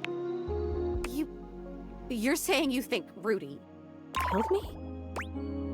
I'm saying it's possible. Oh, come on, please. That can't be. He would never do that. We had so much fun up here, and he was really nice. Plus, I'd remember that. I would remember that, right? I'd remember everything else. Why wouldn't I? But I can't. I'm over here saying that I would remember if I'd been murdered. Oh, I don't like that word. It's so hard to say. Why is that? But I can't remember if I wasn't, so what does that say? Oh god, there it is again. That fear feeling. I know I don't have skin like other people, but I can still feel it. I don't like this. Why are you making me talk about this? What if I don't want to remember? Not making you. Once again, at the worst possible time, Zoe begins to fade. Damn it, this is disappearing. You know what? It's fine this time. I want to leave. I don't want to talk about this anymore. I'm out of here. Come back if you want, or don't. I don't know. Just... Okay, please come back. Just not right now, okay? Just... Right now, just leave me alone. Leave me alone! Okay. Well, that didn't go well. Alright, so we should be able to open this? Oh, and... There's money! Money we can't use for anything! Alright. Bedtime.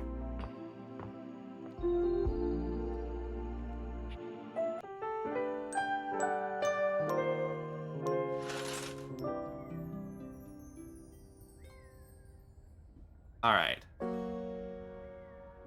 So... Put these on. We had a few rumors.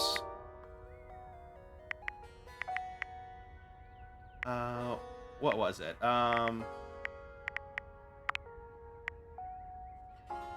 Beverly said that someone named Lyric had given her some pages with good words. Path of Radiance is the name. Okay, so for those of you who don't know, this is a very, very deep cut D&D reference. Path of Radiance is the name of what is probably considered to be one of the more successful Dungeons and Dragons video games that isn't Baldur's Gate or what's the other one? Why can't I remember it? The other was made by the same team as the original Baldur's Gate team. I can't remember what it's called. But they were for like it's like for DOS and the NES. Neverwinter. Thank you, team. Yeah, Neverwinter Nights. That's right. But they are old school, like MS-DOS games. And they are surprisingly well put together. But they also use, I think, 2nd edition D&D, so it like uses like Thaco and all of like the crazier like combat mechanics of the 2nd edition games. It's very accurate to it, and it's very impressive for that, but it can be very, very frustrating for like people who weren't familiar with that system to go back and try to play it, because it plays so it's almost foreign when compared to like 5th edition. Alright, so we need to find Lux. Well, Lux is Latin for light, so I'm assuming that would be some sort of light source. But let's plot our day out here. Honey, I love you, but you can't make those noises. Not first thing in the morning. You know what? We haven't messed with Mikey here in a while. You're surprised to see Mikey busy with a phone call. He's turned away from you, talking into a cell phone. You can hear the warmth in his voice as he speaks. Yeah? Oh.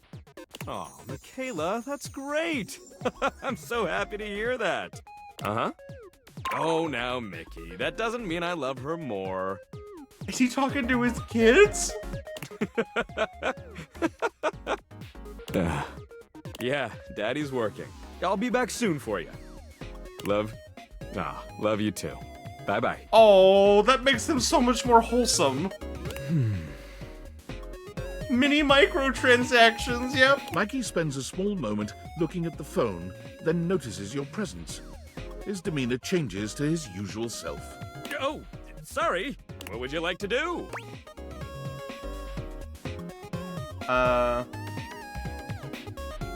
Who was that on the phone?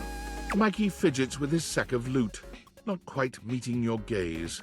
Oh, those were my kids. I apologize for having them on the call while on duty. That is unprofessional. It's okay, Mikey. I was just curious. Huh. Well, I guess I could file this under unspecified break time. What do you want to know? How many kids do you have? I have 3 kids. Michaela, Marco, and Mickey. Oh. That's so cute. They are. Anything else? Who's your wife? Oh, she's great. Anything else? Oh, no. What kind of things do you like to do with your kids together? When we're together, we get into all kinds of trouble. Finger painting, bird watching, oh, and talking about what kinds of concepts they want to be when they grow up. Are you a good dad? I like to think I am. Anything else? Other things have children. Yeah, well, there's some science stuff and thing theory I'm not up to date on. But, just like how each of us represents one thing in existence, kids in the object world become new things that haven't been invented or discovered yet. Oh, that's actually kind of neat lore. must be fairly young than yourself as a microtransaction. Fairly young and robust, I might say. I was born from my parents, Roland the Roulette Wheel and Addie Addiction. Oh, God. My mom has a ton of offspring. Yeah, that she does. I can imagine. Anything else? Okay, enough of all this. I gotta get back to work. What would you like to do? Pull for armor. Ooh, you don't have enough brundles. Would Oh. you like to exchange money for brundles? Sure. Let's get you over to the brundle exchange. Mikey turns around for a moment, and though nothing appears to have changed with him, when he speaks to you, it's with an entirely new voice. Oi, hello. I'm the Brundle Merchant. Would you like to exchange cash for bundles? How much money do I have? My mother always told me never to say a customer's bank account out loud. So I'll simply say, you have this many money. Would you like to exchange cash for bundles? Yes. How much? It's 10 money for 6 bundles. 100 money for 60 brundles, please. Bloody hell! I'll have to go to the back of me shop for that amount. Mikey walks out of sight, talking rather loudly to himself. Clump, clump, clump. Oi, where's me bundles? How many of them do you want then? 60! Dearie me, dearie me! We'll be out soon, I fear. It's been a tough winter. Well, what are we to do? Can they not give us a day? Some time at least? Some time will get us through this winter's discontent. My love, if I have to steal for them, I shall. Your thieving ways. Don't do it, Reginald! I must! Reginald! Crash! Boom! Clump, clump, clump. No! It's the Brumble Thief back again! What hell have I unleashed? Hide your Brumbles! Hide them all! I just need 60, that's all! Stop! By order of the Sheriff Tabitha, you are to... So confused yet so invested. It'll have to do. He's taken precisely 60 Brumbles from the Knight's purse! Let that be a lesson to Tabitha and Orion Rule. I know he's inciting us to riot based on our repressive ruling class. I love rioting. Yeah! Woo! Yeah! Hey! We're gonna riot! I'm gonna take the moon and Now to make my escape. Clump, clump, clump. He returns, handing you a sack of brundles with a completely casual expression, like nothing just happened at all. There you are, 60 bundles. Oi, hello, I'm the Brundle Merchant. Would you like to exchange cash for bundles? Yes. How much? It's 10 money Oh, no, I need for no. 6 bundles. Oh, I didn't want to do this. Oh, no. Okay, fine. 10 money for 6 brundles. Mikey hands you your brundles. They shine appealingly in your hands. There you are. Would you like to exchange cash for bundles? No. All right. What would you like to do? Pull for armor? I'll take those brundles. Pull me, baby! 1, 2, 3! The hell was that? You got the epic gauntlets of stardom! Cool. Am I the only one who heard that? Yeah, that scared the shit out of me. Okay, so that wasn't just me. I'm sorry, guys. I didn't know that was gonna happen. Hopefully that doesn't do that again. Pretty good. Damn straight it is. Now these are of a much rarer quality than the stupid boots. Your specs points have all increased by 1! Cool.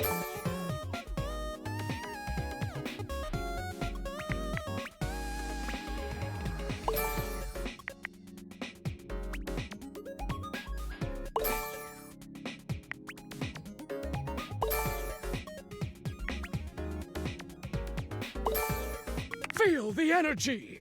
Feel the time you would normally spend talking with dateable objects. See you for the next one, pulling pal. What would you like to do?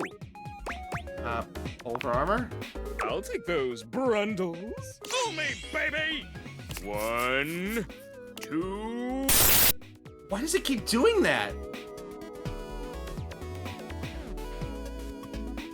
3! You got the epic gauntlets of stardom! Okay, well, we're not gonna do that again. Damn straight it is. You already have them, so your I'm sure that extra 1 specs point has come. Keep working at it. Once you have 100, you can fuse them into one legendary cuirass of unwavering magnetism. Good luck pulling, pal. What would you like to do? Okay, well, we ain't doing that again. Just saying hi. I always love. Hello! I love saying that. Okay. Hold on. Is this like a known bug? Like...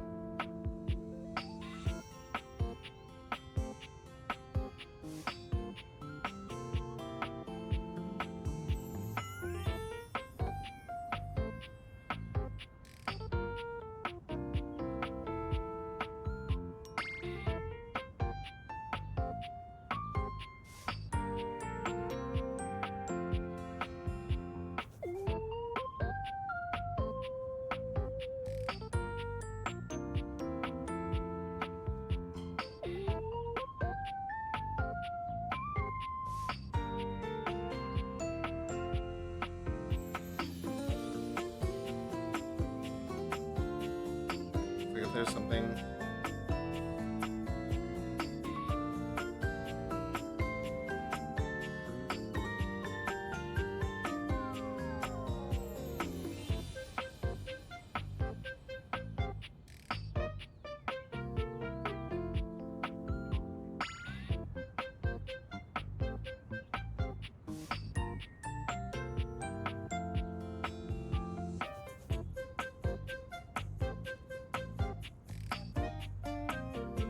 Yeah, apparently there's a couple of different things that can cause audio glitches. I couldn't find anything about the noise when I looked it up just now. I found a Reddit thread of people talking about certain things causing this like weird little screeching noise, and somebody mentioned it.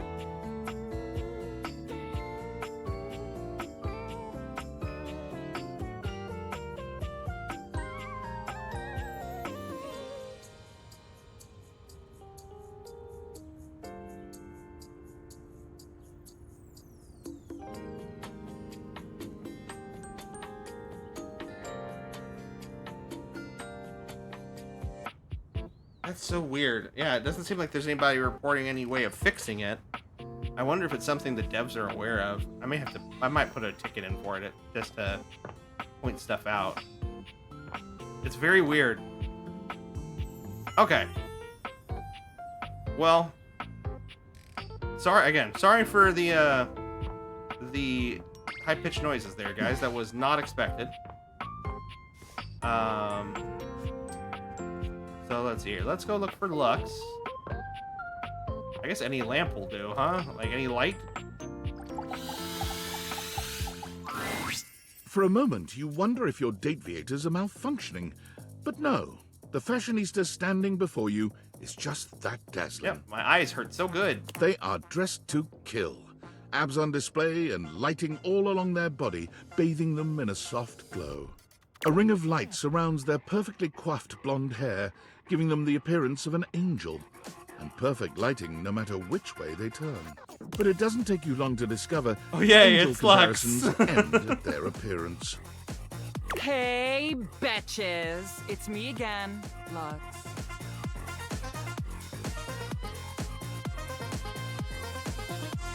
Is this reminding anybody else of anyone other than me? Yes!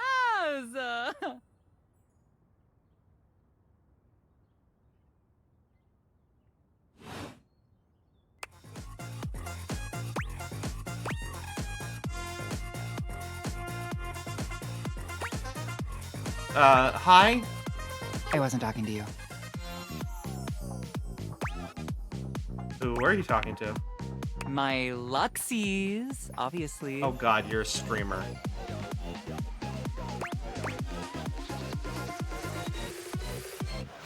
And please don't tell me those are your...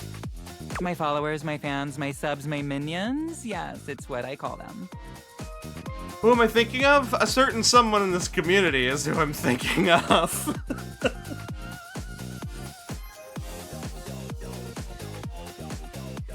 Looks amazing, hot, gorgeous, personality straight to the dumpster.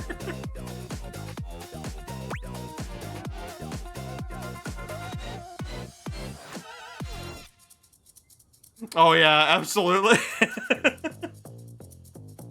So just your name with an IE at the end?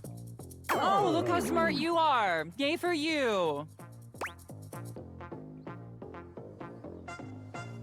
No need to be rude. Oh, that's cute. He thinks I'm being rude. Lol, lol, lol, lol, lol, lol. My assessment doesn't apply to our community, just like I know it's more of a caricature. Again, I'm teasing mostly. I'm just waiting for just waiting for them to go, hey, did you all know that I'm gay? We love KJ here, but this is serving just a little bit of KJ. You need to let that inner light shine and stop being so sensitive. That's it. I think this might be our first hate.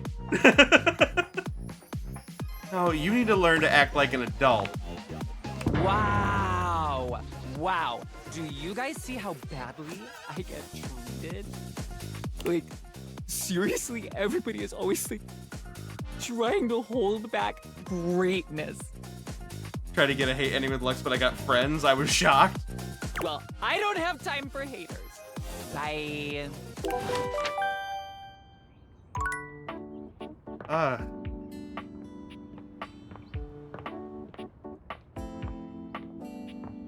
Alright, what else we got here? We don't have anybody we need to follow up with today. I guess we go follow up with Chance. Yeah, let's do that. We'll follow up with Chance. Well, no, you said a day, so we need a... It's not been a full day.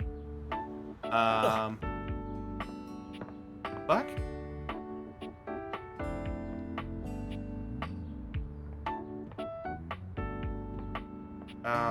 Oh, I know what we'll do. We'll go talk to the refrigerator.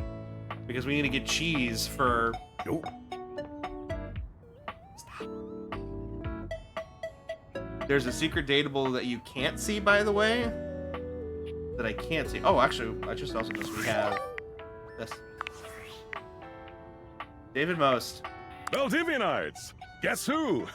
If you guessed David Most, 3-time runner-up for Business Magazine's CEO of the Year, you'd be right. Team, I just wanted to do a soft follow-up on my recent email regarding my lost sunglasses. I'm happy to report my office has already received hundreds of tips regarding the item's whereabouts and are quickly combing through them as we speak. However, I really must reiterate that the tip line is for verifiable leads only. I saw them in Turkmenistan, or did you check up your butt? While obviously very humorous, detracts from our serious efforts to expediently locate the missing item. In that spirit of camaraderie, anyone who sends a false lead will be downsized on sight. Thank you for your ongoing support in this matter. Great.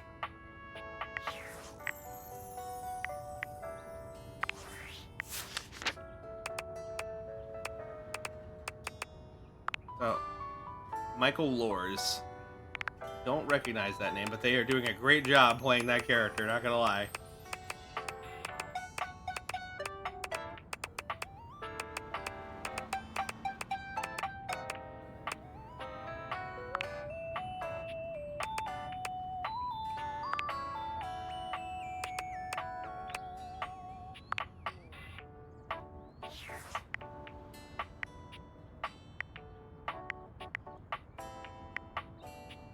The secret dateable you can't see, by the way.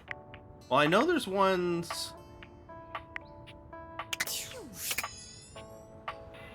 I'm trying to remember how they said how we interact, because I know we can interact with Skylar and Phoenicia on here, right? I forget, do we just click on them? Or do we have to, like, hover over it and then do the heart beam? I can't remember.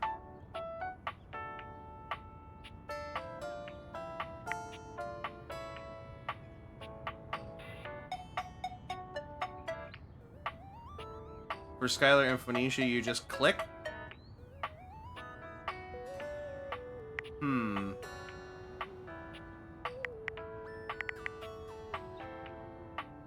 Because you tell me that something I can't see, it makes me think it's also something in here in this phone.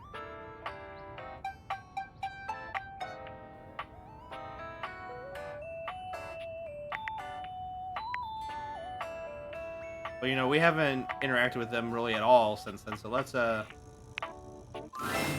Hey, how's your day going? Forging some new relates? That's short for relationships. I think about this stuff a lot. doing okay, I guess. Okay's better than awful. How about a nice menu? I have lots of different ones, all different styles. Here's the main one. Welcome! What can I do for you in my main menu? Let's chat about you. Oh, let's. There's lots I can chat about. Me? Let's talk about our relationship. Relationships? My favorite subject. What do you want to know? How do I get you to have feelings for me? Oh, you want to date me, eh? It's possible, you know. You just have to, ask me about myself. Tell me about yourself. Not in this menu, silly. I prefer not to be that obvious about it. I like to be wined and dined. It's the chat menu. What do you need? Alright,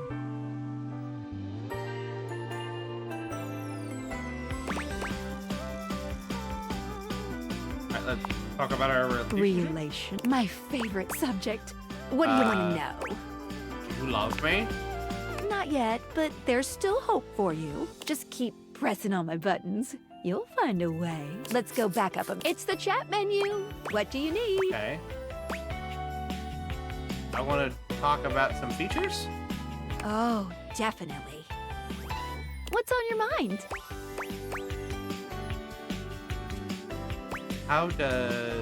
What should I be doing? Good question. A very important question. The easy answer is whatever you like. As long as you are continuing to awaken objects, things will continue to move along in a positive direction. If you have other questions, I'm all ears.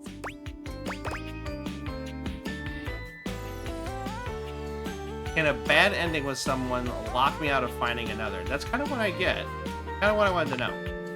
No matter what you do, you will always be able to find every single dateable here. Except for one very specific instance, but you will be very clearly warned that that's the path you're going on. Interesting. I'll still be sure to fuck it up. Can you give me a hint what that instance is?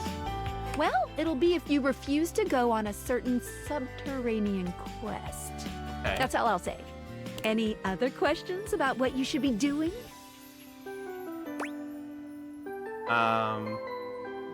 Is there anything wrong with getting hate endings?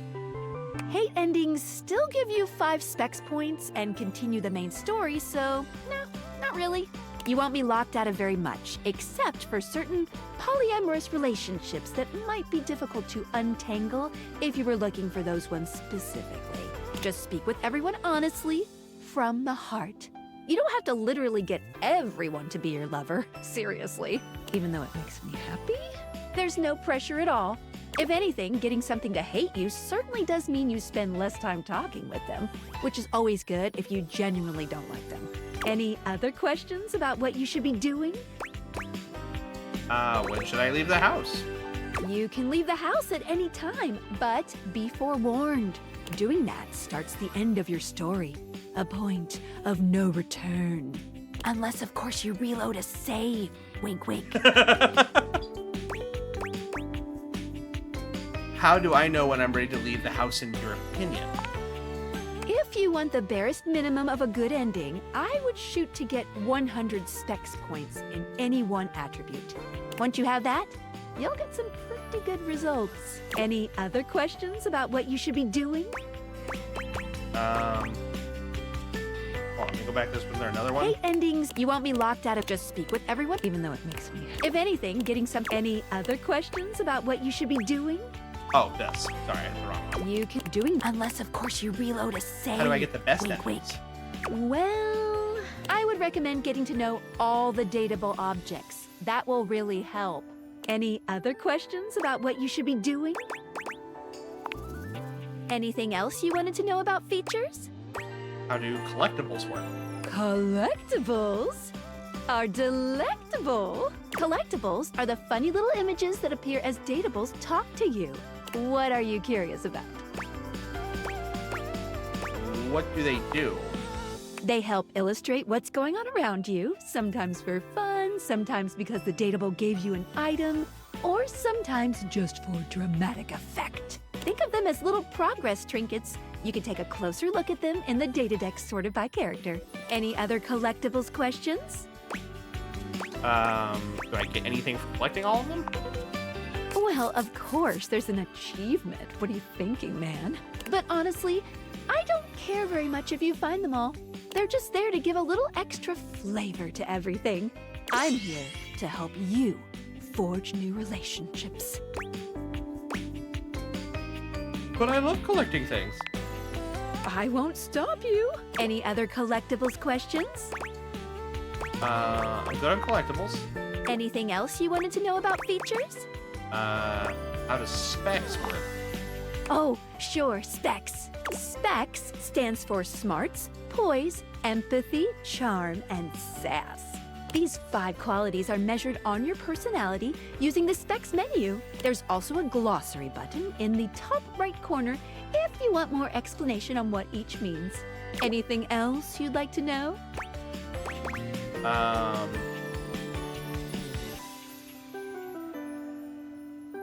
Are specs choices in dialogue always good?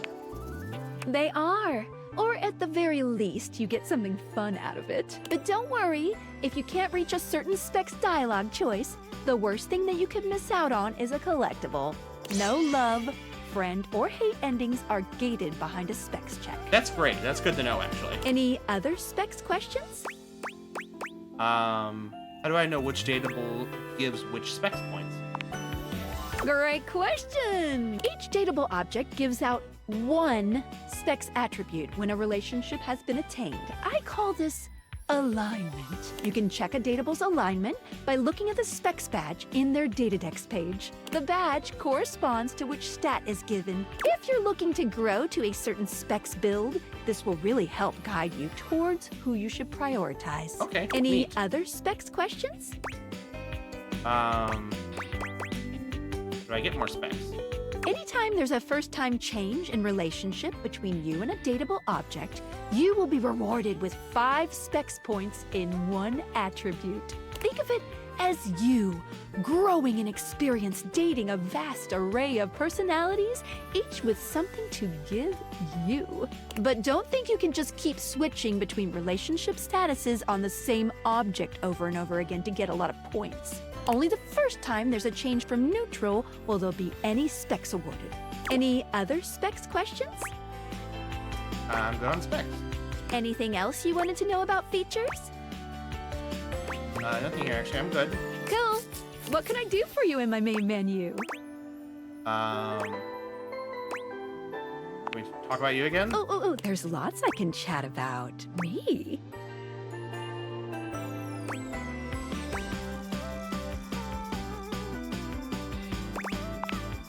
Really, my favorite subject. What do you want to know? Backing up, it's the chat menu. What do you need? Oh my, what do you want to know about my lore? Oh, here we go. How do the date vaders work in the first place? Vibrations. That's it? I'm being overly simplistic. Have you heard of string theory? Yeah? Date Vader technology is based on thing theory. Thing theory theorizes that at large enough scales, all objects and concepts coalesce into their own one-dimensional wavelength that unifies all of that type of object throughout the universe. You know? Okay, I can get behind that. Intriguing. Any object that makes up any specific wavelength is connected to all other objects on that wavelength, which by virtue of being complex enough then forms a Gestalt consciousness. Humans just never had a way of speaking with those consciousnesses until now. What's Gestalt? I know what it is, but... When the whole becomes more than the sum of its parts. With objects, it happens as a plank of wood slowly becomes a toy boat. The wood didn't change, but its status did. And once it's more toy boat than plank of wood, it changes its wavelength. Its thingness is vibrating differently enough to find a new signal or spin. So when does each separate wavelength form? Once the object or idea becomes large enough to have its own state, it breaks off the wavelength and forms a new one. That's why tables are different than chairs, even though they might be both made from wood. Their thingness is vibrating differently enough to find a new This is really well signal thought out, or not gonna lie. spin. I like to call the wavelengths animus, but you can use any term, really. This is how we can directly acknowledge these things' existences.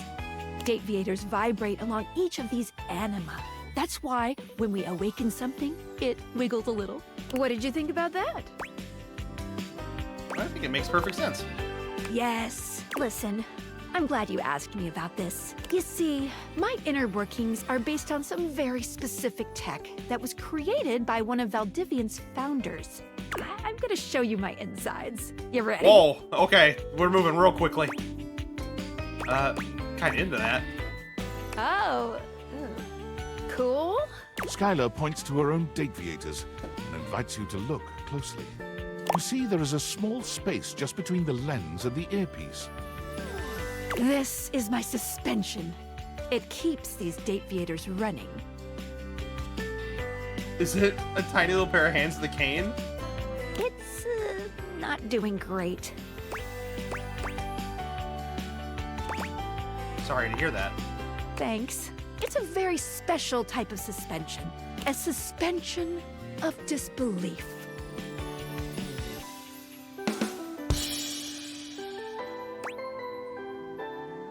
You're kidding me.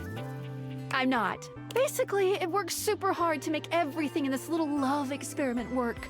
But it's strained, really strained, with all these wild things going on around here. Talking to objects, objects having names and hidden lives and sexy human bodies and everything. I can barely handle it. How can I help? Just give it a little love. Anyway, You take a closer look at Skylar's suspension of disbelief. It's hard to be sure, but she seems pleased. you just believed in her, so she feels strengthened. Thanks for that. It really means a lot to me. Well, because what you said made sense. Good enough, I guess. Okay, cool. So we're making progress here. Okay. I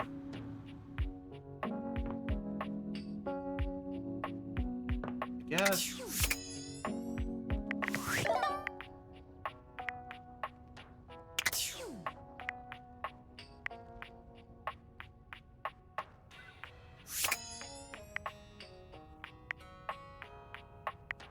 Alright, I guess we'll do Phoenicia too while we have it, so. And this is the final look. What y'all think? Follow the link in my bio for a full list of all the pieces. She holds up a finger, pausing for a moment. Ooh, sorry, 1 sec. I just need to upload this real quick. There, done. Any longer and I would have missed my upload window. You know how the algorithm on Facebook is. If you don't post every day, you completely lose your viewership. Woo, it's a grind, but my fans are worth it. Is Facebook some kind of app or? Only the most popular social media app of all time. It's like InstaFan, Sitter, and Knick-Knack all in one. Only better. Honestly, not a bad logo. Not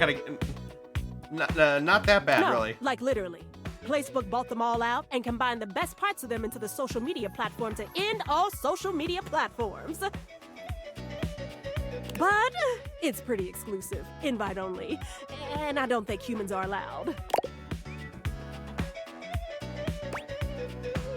No humans allowed? Why not? No offense, but humans don't have the best track record. I mean, y'all invented things like taxes and littering, ooh, and small talk. Fair. Then again, y'all made phones too, so it's not like you're all bad. I guess, since you don't have a placebook, I could share my feed with you. Fill you in on all the tea so you're not missing out.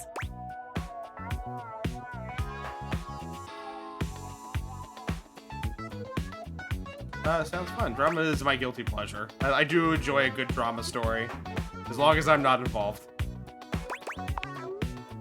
Oh, I knew there was more to you. Oh, this is gonna be so much fun. Alert, temperature warning. Woo, not again. Something wrong? Huh? Oh, it's nothing. Sure, sounds like something. Fine, really. It's just a faulty sensor. Forget about it.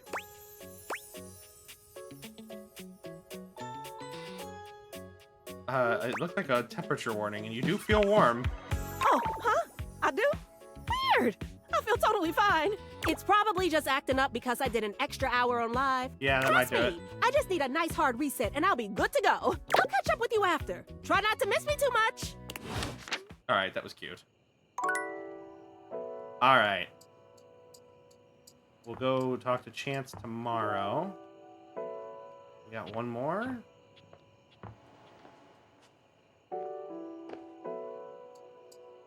Why do I keep my water running?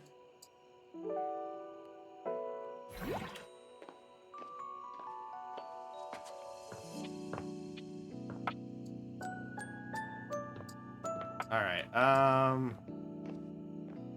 That's right. We need cheese. Cool kid. All right. Refrigerator. You'd hoped you'd meet your refrigerator, but it seems he's already busy with another guest. Both of these are interesting. Freddy, this is all rather dull. How can you say that when you haven't heard the coolest part? Regale me. The point in which gelatin goes from a liquid to a solid. Can you guess the temperature? Oh, I love that voice. Certainly. Go on. Guess for me. I do not guess. Perhaps this human would like to I essay. want to eat his coats. What do we have here? We got, is that ramen hair? We got lettuce and red cabbage like cravat going on there. With I think that's watermelon undershirt with like a blackberry cobbler jacket and avocado toast lapels, and then chocolate pants.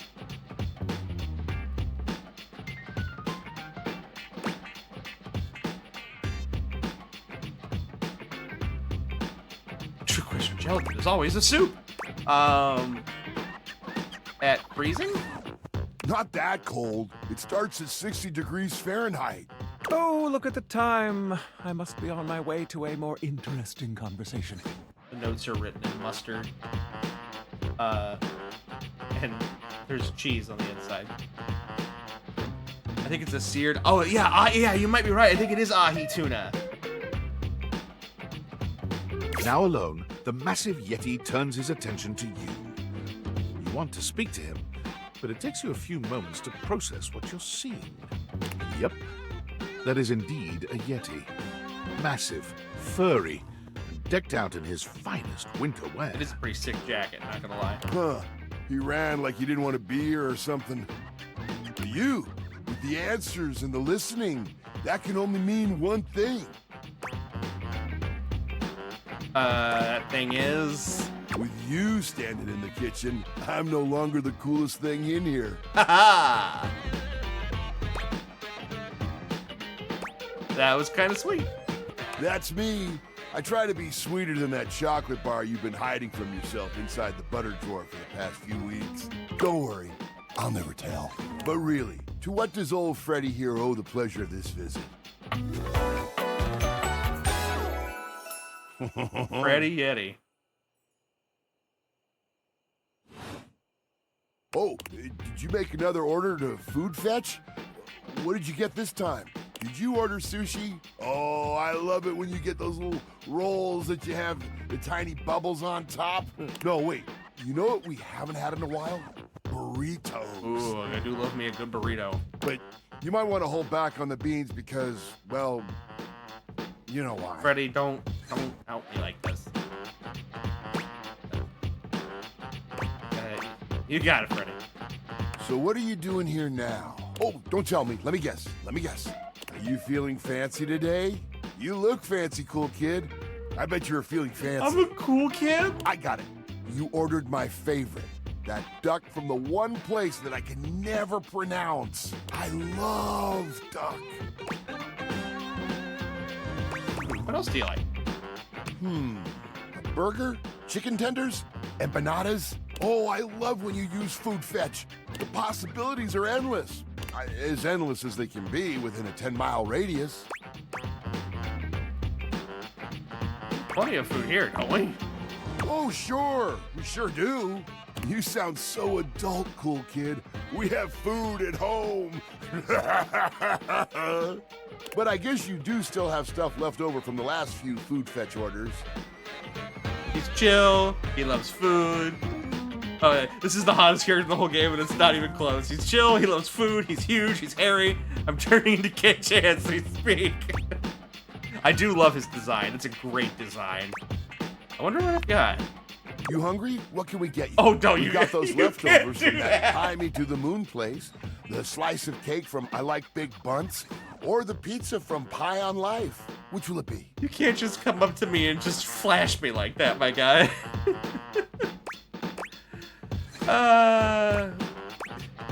Give me that za. No such thing as a bad slice of pizza.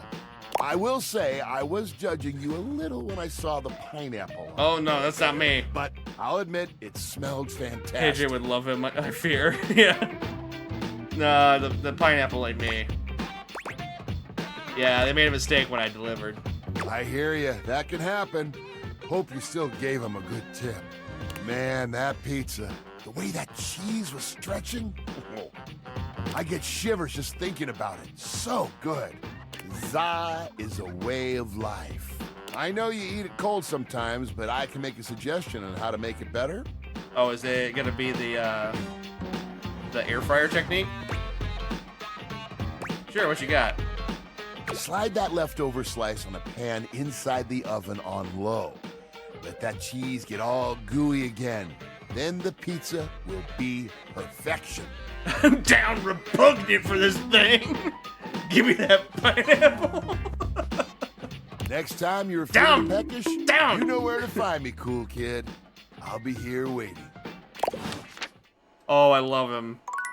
Get a good design, good voice. Who was the actor on it? So we're getting some more stuff from Skylar.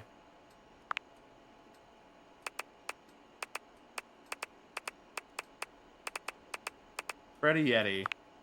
Oh, it's for Tata Show. He's like the Incredible Hulk. He's Soldier 76. He's so many different things. Iconic voice actor.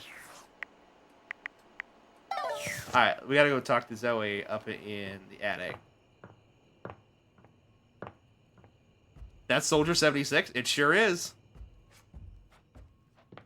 The same guy, young punks, get off my lawn.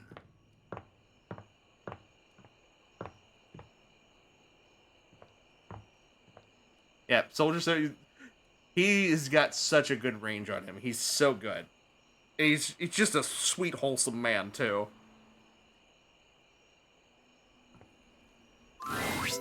Oh. It's you. My beloved gay war criminal. Yes. Yes, indeed. Hi, Zoe. Hi.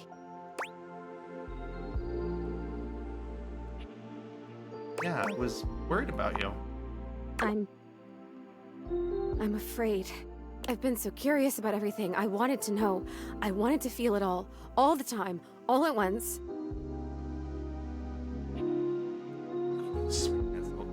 KJ. KJ, no, you're acting like KJ. God damn it! Get out of my brain!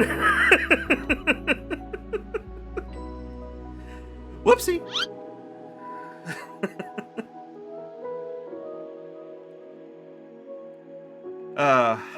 Cellar Dweller. Behave.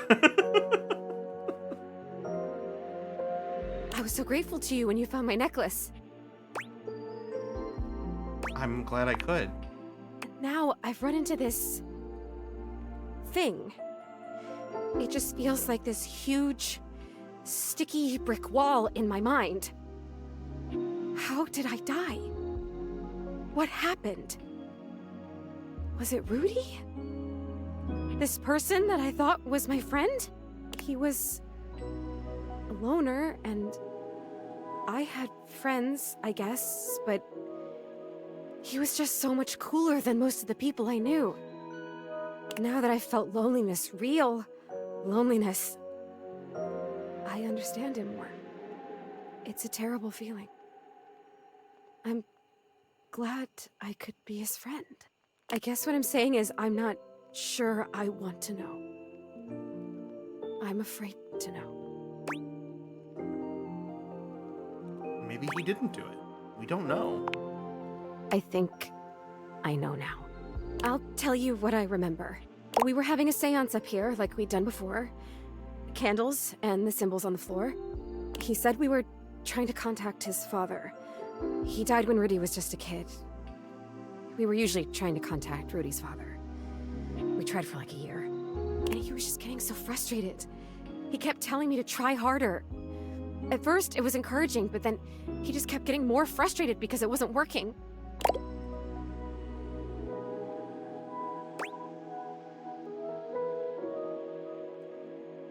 It's not okay that he was getting aggravated with you. Right? But he was my crush. I wanted to help him, so I tried harder. And we kept getting close, and then something would go wrong, or the energy would slip away. Finally, I got fed up too because I didn't know what else to do. So I stood up and started to shake out my legs, like just to get some blood flow back from sitting in this dumb circle. Is it even a circle if there's only 2 people and a bunch of candles? I mean, come on. And he freaked out. Don't break the circle. Don't stand up. Get back here. Don't break it. But I have to move. I can't just sit here anymore. This isn't working. He was screaming, and I was screaming, and I went for the door to leave, and I heard him jump off the floor behind me as I was trying to wrench the door open, and then... Okay, take your time. That was it. I fell. I fell, and I remember hearing my neck break. It's weird the way you hear a bone break when it's inside your body. You hear it from the inside of your ears and the outside. Especially when it's such a big bone. Not a big, but important bone. And so close to your ears. I remember feeling the sound before I felt the pain. And then the pain was only like a second. And it was over. Did Rudy try to grab you? I don't know. I don't remember that. I didn't see it, I guess. I just remember that felt sound, and then I was here. Like this. Rudy just stood there for a while. I remember that he actually knelt down next to me and brushed my hair back from my face. Then he blew out all the candles and went downstairs. He left you up here? I guess he did. Some crush. The next people that were up here were the paramedics, or whoever it is that comes with the big black bag and the gurney. Oh, wow. What? Rudy was up here with them, with the cops. They were doing some paperwork stuff, not looking at me, and they hadn't zipped the bag up yet. Rudy took my necklace off. He just pulled it right off my neck and put it in the pocket of that crazy vest. So that's how it ended up down in the basement. He must have put it there because he felt guilty about taking it. Or maybe if it was a time capsule, he wanted it to stay here forever. I don't know. I don't know if I care. I have to tell you, I don't know if I want to live this way anymore. When I was just alone and happy-go-lucky with no memories, it was okay. But now I've met you, and I know about other personalities in this house, friends that I might have. I know how lonely I've been. And now I really know, I really feel that I'm dead. I'm not supposed to be here like this, just hanging in between worlds. I don't know what to do. I don't even know what I could possibly do, but I'm so sad now, and it hurts. I'm gonna go now, okay? It's weird when you're lonely to just want to be alone, but there you go. Wait, Zoe, you can choose to go now? Oh, yeah, I can. I noticed that a little while ago. When I got my feelings back, I realized all I had to do was really feel the want to go or feel the want to stay, and I could make it happen.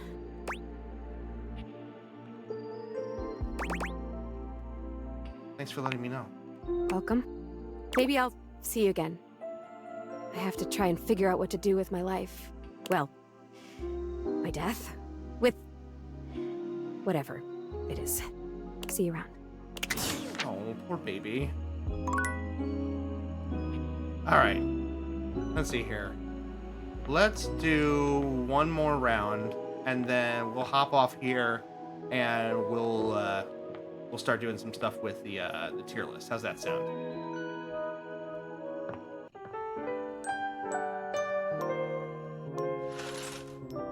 Alright, so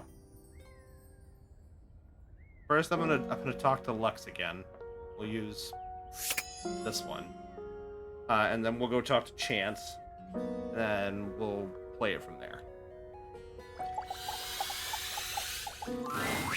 Oh, you again. I mean, JK, hi, good to see you. Guess I will stop my live stream and, talk to you now? Wow, I just forgot what a douche you were. No. Live stream? Yeah, for my fans, obvi. So you're an influencer or something? No. And honestly, you're being super disrespectful. We don't use that word anymore. We use the term influencer. What? Incandescent, naturally flavored, like unbelievably naturally charismatic entertainer. I see. That's a mouthful. Yeah, that is why we say influencer. It's like literally so much easier. Right. So what does an influencer do? We make everyone's life better. Right. We light up everyone's life. Right. We make everyone's life better. How exactly do you do that? By giving them valuable tips and life lessons, Api. We tell fans what to wear. We tell fans what to buy. We tell fans what to think. And we tell them how to feel, among other things. It's super helpful and literally necessary. Shouldn't people think for themselves? What world are you living in? Can you take me? How are you? Been a hot minute. I hope you're doing well. Because this is the real world. Is it? Where some people were born to lead. Like me. I mean, just look at me. I've got that inner light. God, I hate you so I'm much. Natural. But most people were born to follow. Like, for example, you. And they're all starving for people like me to lead them. Oh. Jesus. Hold on, sorry. Something is...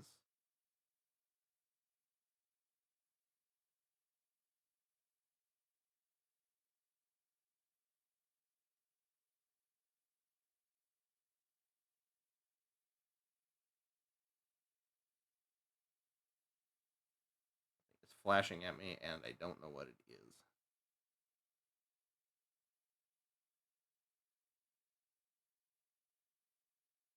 Oh. Okay. Apologies. Yeah, that's kind of a pretty fucked up worldview, I'm not gonna lie. Just being honest. Lol. No, like, you might be a legit narcissist. Calling names just shows what a small person you are. I've got no time for haters. Bye. Okay. Alright. Go talk to Chance next, also known as my identical twin, I guess.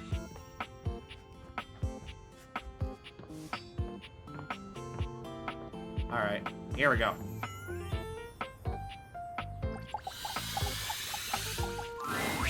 My master of the mystics! Oh god, I You have health appeared points. before me as you had promised.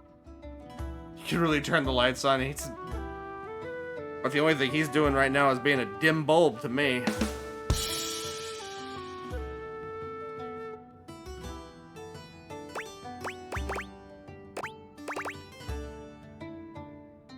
You are way too cute to stay away from. Of course I have. I'm ready to play. I'm so glad you're here. I knew you wouldn't let me down. I rolled a crit on my insight check of you. Oh my god. Before we start, here's your character sheet. You will be playing the mystical enchanter by the name of Dewey Day Seymour, a hapless apprentice studying at the Arcana Mystica of the Bookshelf Bluffs. Looking at your character sheet, you will notice that you only have 40 health. Don't worry, it won't be that bad. Lux will be a hotshot, using bows and arrows to strike fear into foes from afar. You two will be a great long-distance duo. What? Sorry, I wasn't listening. Oh, great. Can someone draw Dewey Day's same? Yes. Please draw me whatever you think the Dewey Day Seymour looks like. I will gladly accept all interpretations. You'll be a hotshot? I just heard hot. Lux is not convincing me that I'm still seeing elements of KJ in this character. Right, a hotshot. You shoot arrows. Like Cupid. OMG cute. Okay, I'm totally in. I'll wear a cute little diaper costume. No, we don't need that. You don't need to wear a costume. Too late, I'm already changing. Right, okay, that's fine. Finish explaining everything. I gotta edit this clip. Okay, back to the enchanter sheet then. You will see there are spell notches and schools of magic. No need to worry about that really, I made it more for me. Since this is your first time, I'll walk you through what you can do when the time comes. Are you ready to start? Hang on, I haven't finished posting. Okay. Yeah, come. Here.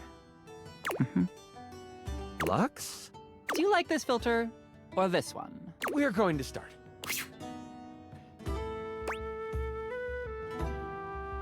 Not sure if Lux is gonna be good for this. No, I don't want to exclude somebody from the table until they start becoming an actual problem. He's just being a tool right now. Let the spells start slinging.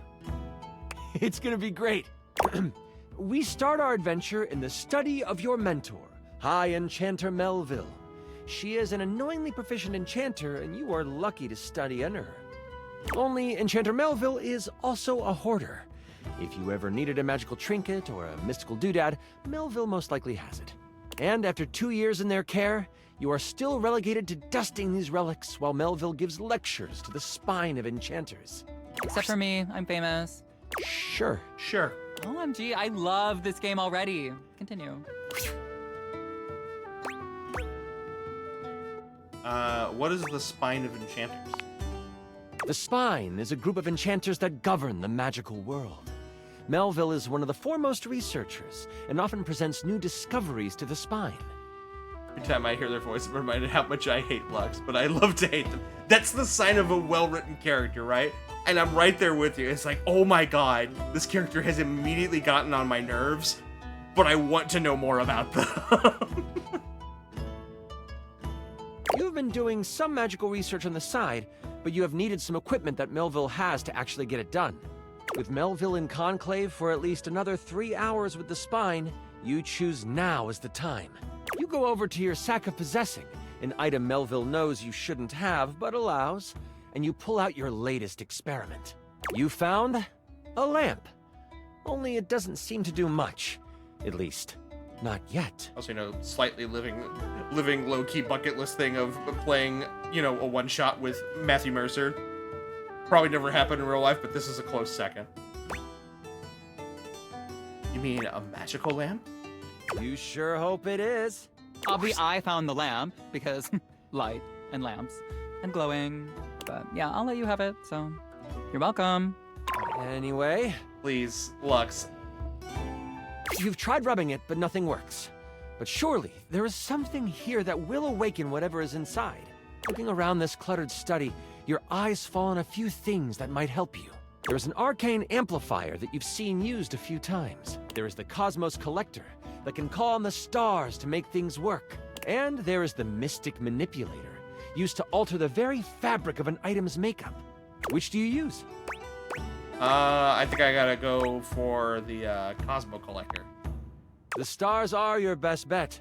You place the lamp in the deep bowl surrounded by cosmic dials and magnifying glasses. It doesn't take long for the lamp to react to the device. First, it starts to glow. It takes on a warm copper look. But then, it starts to shake.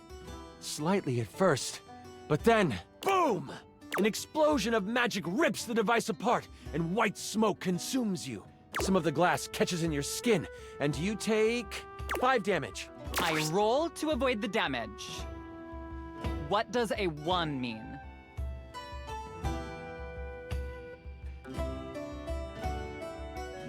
That's a critical failure. Okay, well, I just asked because I didn't roll 1. Oh my god, now you're gonna fudge your dice rolls? Oh no! What did you roll?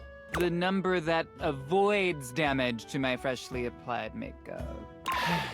You wave your hands, clearing your vision, and that is where you see it. The lamp, on the ground, broken in half, and floating above it, with beautiful purple skin and muscles that just won't quit. A djinn. Hey, not a bad djinn. Not a bad looking djinn. Oh no, it's the constellation all over again. You've done it. You released the djinn inside of the lamp. So, you the one who went off and set me free and all that?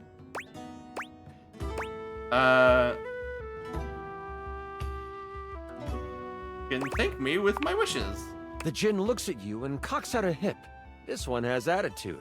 Ah, so we're going with rude instead of grateful then, huh? Got it. They then look down at the broken lamp. And the one who has the lamp gets the wishes. Except there is no lamp, is there?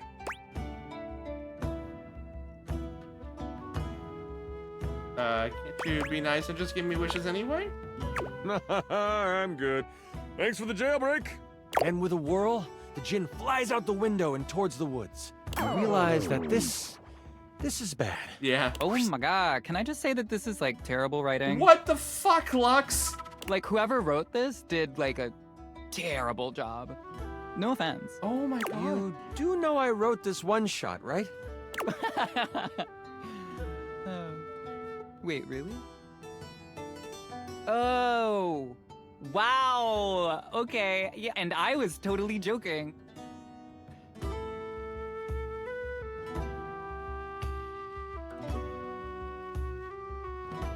I'm gonna kill him.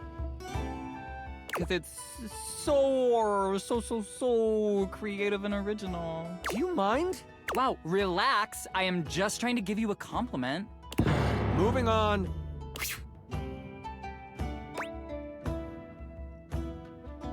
How bad is it? Jinns have been trapped in lamps to stop them from being mischievous and using their powers for evil. Or to throw them out the window. Yeah. I want to remove all of their incandescence. You have unleashed a great force into the bookshelf bluffs. All of the most powerful enchanters are in conclave for the rest of the day. And if High Enchanter Melville finds out you let a Jinn loose, you might as well kiss your education goodbye. What do you do?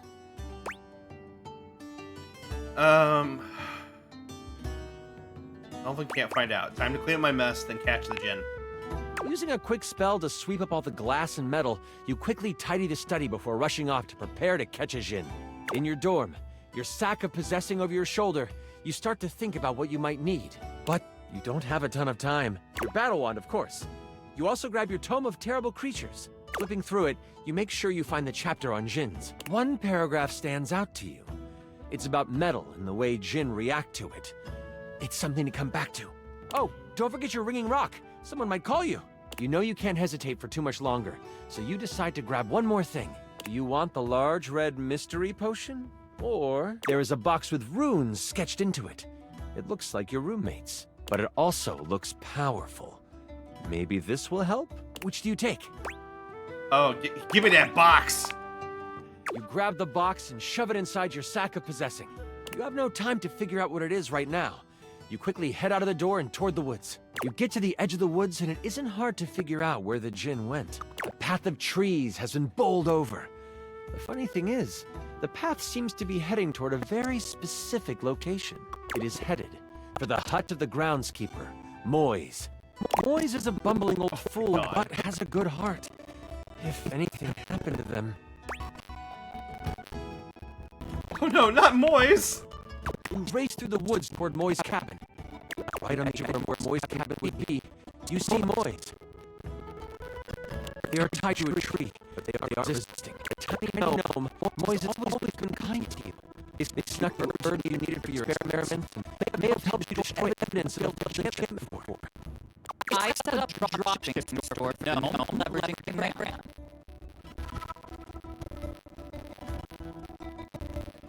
Lux, at this point, you can just leave.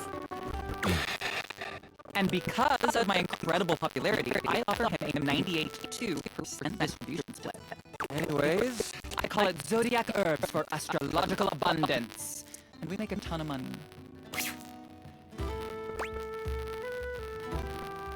Moise, are you alright? Oh, I'm fine. You can leave me here. They said they would come back for me. They? Who's they? Is the audio glitching? It might be. Hold on. This happens sometimes. Give me a second.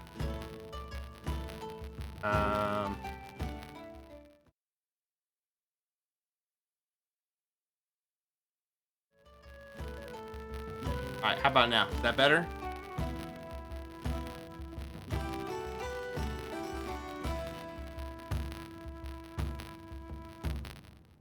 Are we back?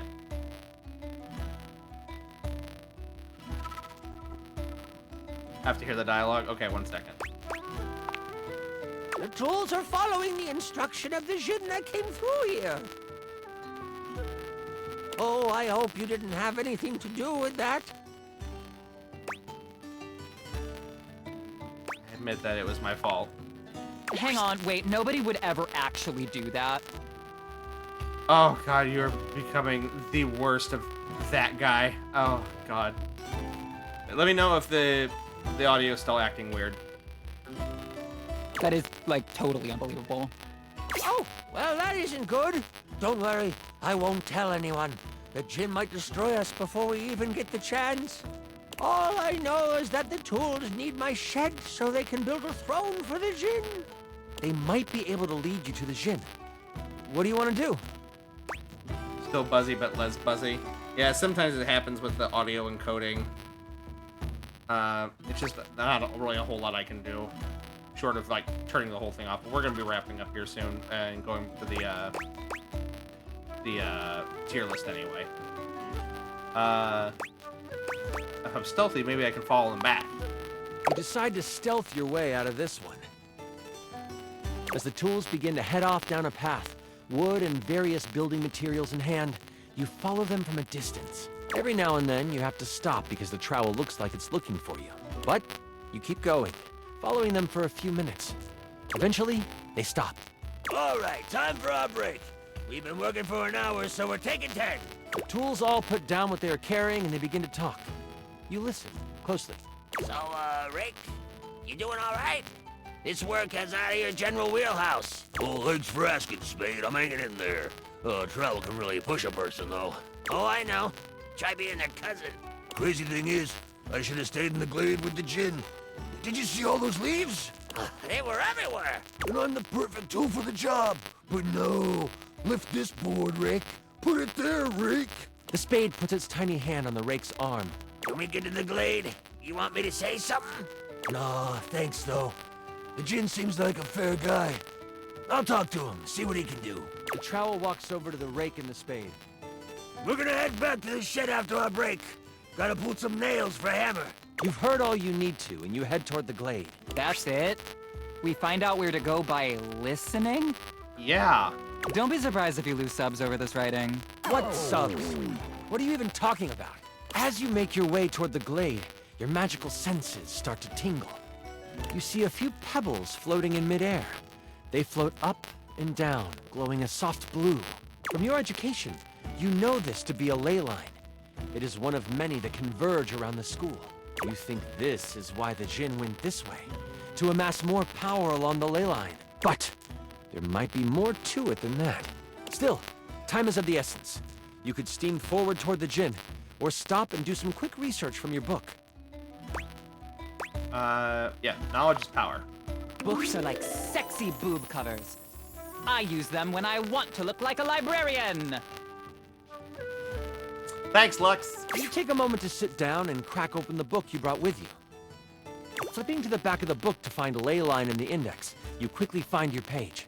It says that while they were great sources of power, they can also be a great source of healing. You find a ritual of rejuvenation and you partake.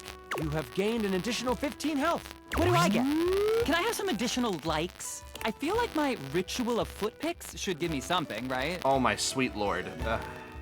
Nothing else in the book really helps you, but at least you feel more prepared for what is to come.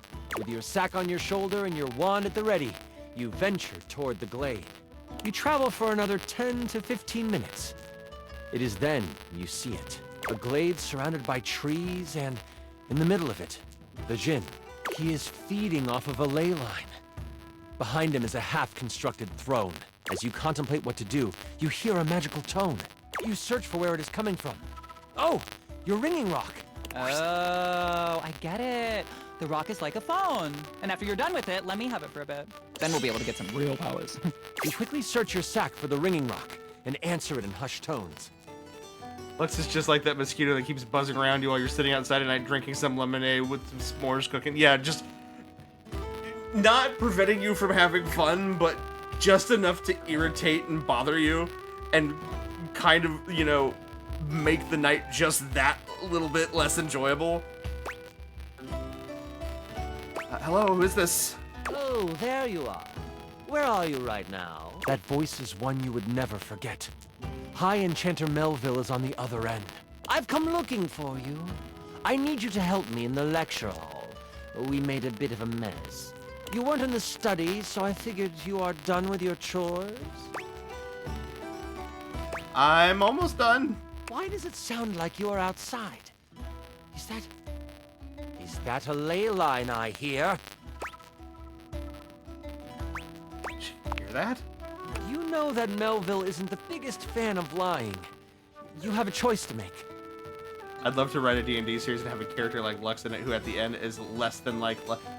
That would be that's a great character journey, right? Like, as someone who is completely self-centered and solely focused, you know, on themselves, growing and learning empathy and learning, you know, generosity and compassion and those things. That's a great storytelling, you know, viewpoint. I lost my words there, but it's a good character option.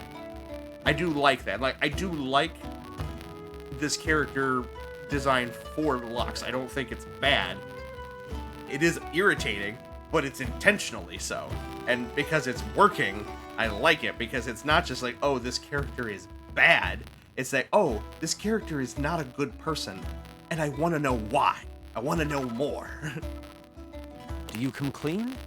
Or do you hide the truth from your mentor? We all know what the answer is here.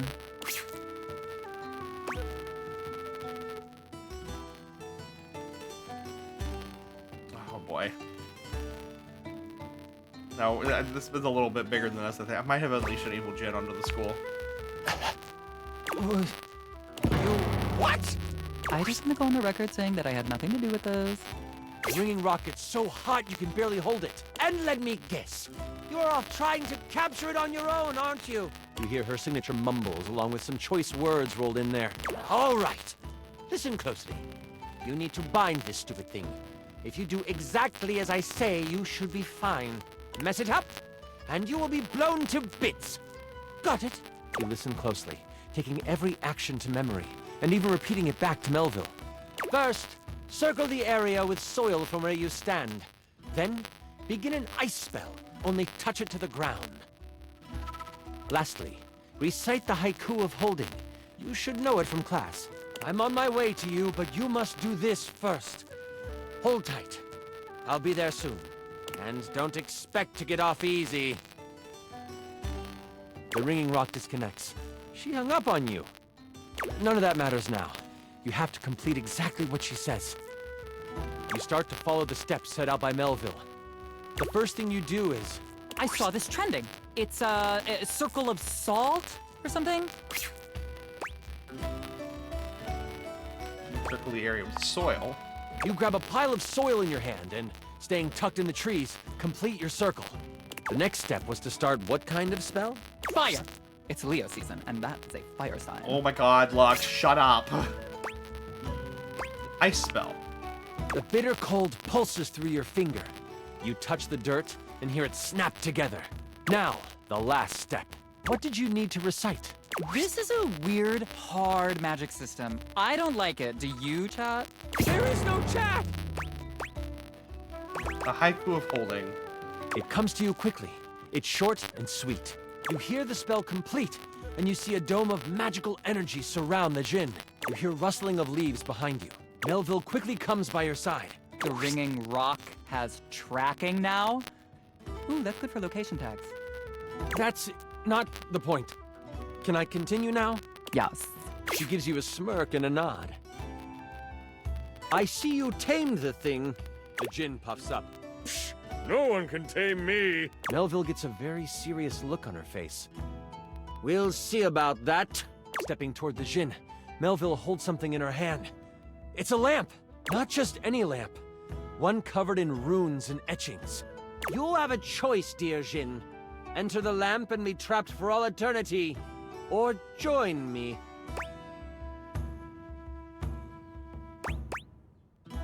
Join you? Melville speaks to you without taking an eye off the Jinn. With the Jinn by my side, I would be the most powerful enchanter there ever was. I shall have his power, one way or another.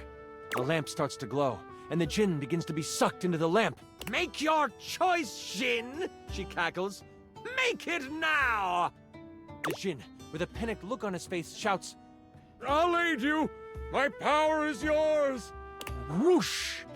A flash of light overtakes you. You can't see, but you can hear energy most intense flying around. Before you floats Melville. Oh, damn. But she is huge.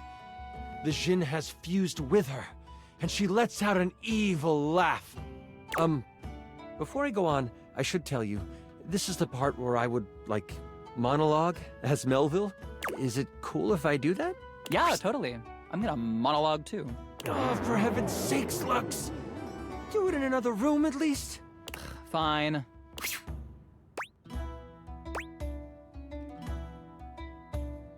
I mean, if you're excited about it, so am I. I say do it. Awesome. You're the best. Melville lowers down onto the ley line, seeming to sniff the air that radiates with power. I know you can sense it. The power this place holds. These grounds hold a wealth of energy. energy that could have us enchanters rule the entire world. Mold it into our image. Could you imagine if every place was as ideal as Bookshelf Bluff? A place where learning was the only goal? It would be glorious, wouldn't it? If only we could make that happen. Oops! We can! The thing is, we've always been able to. But the idiots of the spine want to make sure we use our magic for good. What good? The world is full of evil all around us. From the shoelace shores to Cantalopia, evil is everywhere. Hey, my aunt's from Cantalopia. You be nice. But we can make it ideal. I can now make it ideal. What I will do will not be found in books. It will not be found in scrolls. The world will learn the peace we have found here, and I will force them to. There is only one problem to clean up first. You. You know my plan, and you could stop me. I can't have that now, can I? Oh, what a pity. It seems I must finish you now. Melville begins to float again. Sling your spells if you want. At least you will die knowing you tried to stop me. Melville flies at you, a spell spinning in the palm of her hand. Only she hasn't quite got used to her new body and powers. The spell goes wild and crashes into a tree. The tree bursts apart, giant splinters flying everywhere. One hits Melville directly in the arm. She rears back, a pained wince on her face as she pulls out the large piece of wood. This gives you time to react. You are panicked and aren't sure what to do. Yeah, where the hell's the lamp she brought? You sprint for the lamp Melville left on the ground. Upon touching it, you see it is covered in runes. A quick scan shows you they are runes of capturing. We're gonna fucking Jafar your ass. Put that down, Dewey. You don't know what you're doing with that. Melville is scared of this thing. What do? Start reading the runes out loud. You are instantly glad you paid attention in runes class. The words come flowing from your mouth like water, and with each word, Melville gets pulled closer and closer to the lamp. Stop! You don't have to do this! I won't kill you right now! It is obvious she has never known humility.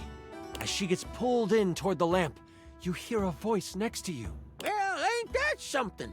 You look away from Melville for a moment, and you see Moise and the tools appear beside you. The travel groans. You destroyed all the works we done did! This distraction, though momentary, makes you slip on the pronunciation of the rune Slimfumplach. That's a hard one anyway. Melville uses this opening to fling a spell at you. It makes contact, hitting you for 15 health. I hide behind a tree and film the encounter, commenting as I do. As you are hit, the lamp flies out of your hand, and Melville goes to catch it. Only, it burns through her hand. Aha! Djinns are weak to metal! The memory of the tome comes back to you. Good thing you have metal tools right next to you. Lend me your steel, you tools! I don't know about that. Trowel protests. Moise picks him up and hands him to you. Here you go. He's mouthy, but does good work. You lift the trowel like a magical focus. A grayish silver orb of pure metal collects at the tip of the trowel. This is kinda awesome! Trowel yells. And you unleash it toward Melville.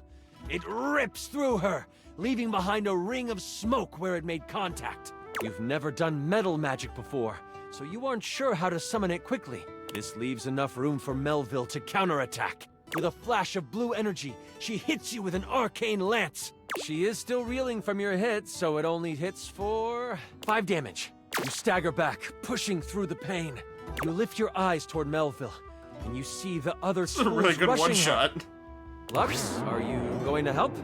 Someone has to live to upload the tale. I'll be back here. They get a few swipes in before Melville starts to grab them by the handle and snap them in half. In that moment, as if by magic, Moise appears. Oh, this doesn't look very good. Moise lifts a hand, and vines fly out of the ground to wrap around Melville. It looks like it's holding, until... Kaplow! The vines are thrown off and burst into flames as they hit the ground. Now I have to kill you too! Die, Moise! Melville charges up an energy attack. You have a moment to react before it flies. You have enough spell notches to do your ultimate attack. Or maybe a higher level metal spell? Or there might be something else you want to do. I gotta save Moise. Oh, well, crit! You step in front of Moise before Melville can unleash her attack. I step in front of you and strike a hot, mysterious pose. And then I get somewhere safe and out of the way. One of the tools shouts out, What are you doing, kid? Take care of Moise for me. You release your hold on the trowel, letting him tumble to the ground. That is all you have time for before Melville hurtles the attack at you. She hits you for... Oh no. I rolled a crit. That means she hits you for 93 damage. I'm... so sorry. You feel the magic hit your chest. Good lord. Yeah. And in that moment, you are known by everything in the universe that ever was or ever will be. The bright light from the attack doesn't burn out. Instead, you open your eyes to find yourself swirling in magical ether. Melville unbound your soul from the earthly plane, but in doing so, released you from pain. Everything is beautiful, and you are in tune with all things. But wait, that's not all. I bet he's making this up on the fly. You are zooming through time and space and existence, and you slam into something, and then it is black. You open new eyes, and a voice in your head tells you that your sacrifice has earned you another chance. You see the sky. You feel grass under you. You realize you have been reincarnated. But where and who you are is a mystery to you, and that mystery is a story for another time. Yay! Way to leave me to clean up your mess, which I am not going to do. My character bows down and becomes a servant of Melville. So, now you are an evil character and the adventure is over. So, good job. But I got like 480 new followers. How many did you get? That was incredible! The way you sacrificed yourself? Holy crit! Oh, that was better than I could have imagined. That was... You are perfect. Oh my god. That's super embarrassing. But like, if that's how you roleplay here, I'm excited to see how you might like some other roleplay. Oh. Only if it's all above board as friends. You passed the Q check, that's for sure. That was such a good session. Listen, I appreciate you so much, and I would love to play with you again. I will reiterate, I need to hold him in my hands like a tiny gerbil. I'm so damn glad you sat down with me to do this. You're amazing. I need to wind down because that was intense. But please, please, please, come see me again soon. Oh, I'd love to have you play with my dice again. I mean, bye. Nice. Holy crit! You maxed out our relationship status. He is so adorable. He is very adorable.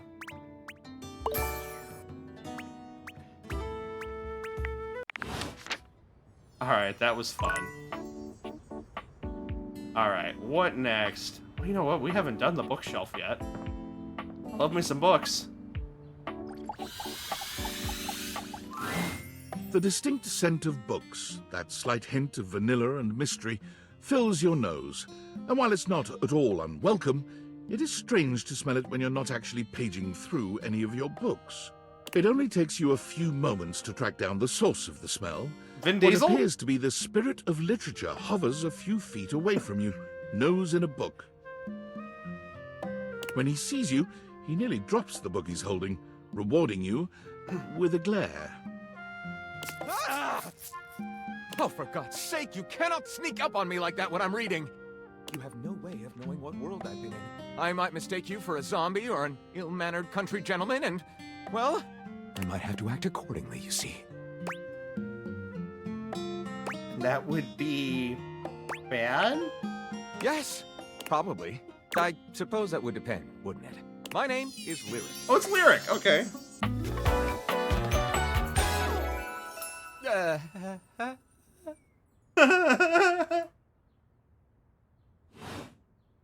I chose the name myself, you know.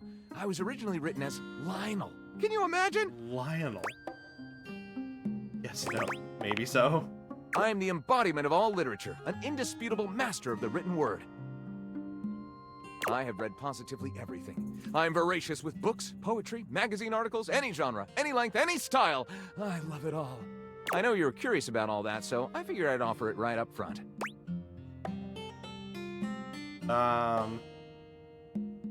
Totally curious. What are you reading right now? What am I not reading right now is a shorter answer. This one right here is 20,000 Leagues Under the Sink, a riveting account of voyaging in a submersible to rescue a clean sponge from a dirty band of moldy criminals. This one, Angles in America, is a non-fiction history on the American phobia of rounded spaces. A bit dry, but it does make you see space and architecture in a new light. And this one I picked up on a whim, and I won't put down until they pry it out of my cold papier-mâché fingers. Pounded in the butt by the abstract concept of self-improvement while my gym equipment watches. This is the Chuck Tingle reference, isn't it? This Chuck Pringle fellow. Yeah. On the object erotica market. So, if you do not know who Chuck Tingle is, this is a very adult reference here. Chuck Tingle is an erotica author who makes some of the craziest, like, inspirations for stories, but people love them. Like, they are goofy, but also well written. I always buy my friend a Chuck Tingle book for Christmas. That's amazing, Cheem. I love it. But, Last Christmas was the library card one. He does not phone it in. Yeah, they are whole ass books. Like, they are full on novels. And the thing that's crazy is that fans of his work pointed out this reference to him. And he said that he loves it, loves the name of the book that they came up with, and said that if they ever decide to do more DLC in the future, that he would voice Chuck Pringle. So, I kind of want that to happen. There's a small bit of me that wants that to happen. Quite a varied collection you got there. Oh, this isn't even the tip of the iceberg. This is like one molecule of ice that's floating near the tip of the iceberg. And the iceberg is 2,000 miles wide. What do you do with all this reading? What do you mean? Do you write your own stuff? Sadly, I've never even written a paragraph. Not a single line of text. Not a word. Not a punctuation mark. Oh no, we gotta do something about that. We do? We? Do you mean that you would help me write? Write with me? We could co-author the first book of Lyric? First book of Lyric is a pretty cool title, honestly. Well, I never. This is most excellent. I wager you're about to become the first human in history to help a book write a book. All very exciting. I have some materials to gather. Pens, paper. We'll probably need quite a bit of extra paper to crumple dramatically on the floor when writer's block sets in. Oh, how fun! I'm about to experience writer's block! All right, I'll get to gathering. I'll need some time, but when you return, ready shall I be. Alright, and then we got a message. Are you there? Please answer. Hurry! Yes, I'm here. There's something we need to discuss. It's of the utmost importance. Go on. It's the Dateviators. As I mentioned, I've been closely monitoring the electromagnetic field anomalies emitting from the quantum catalyst activator. And I know this is going to sound completely insane, but it appears... Well, it seems... I can't believe I'm even typing this. Get it out! I'm attempting to! Based on the data I'm looking at, you may actually be able to use the Dateviators to bring objects to life. Oh.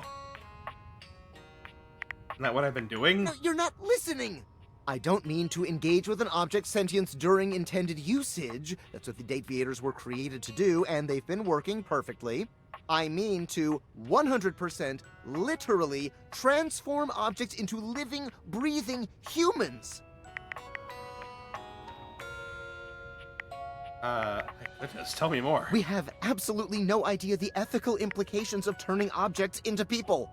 Would they have rights? Do we need to feed them? And if so, how often would we need to feed them? Is only lunch enough if it's a big lunch? We're sleepwalking into a minefield of existential dilemmas here.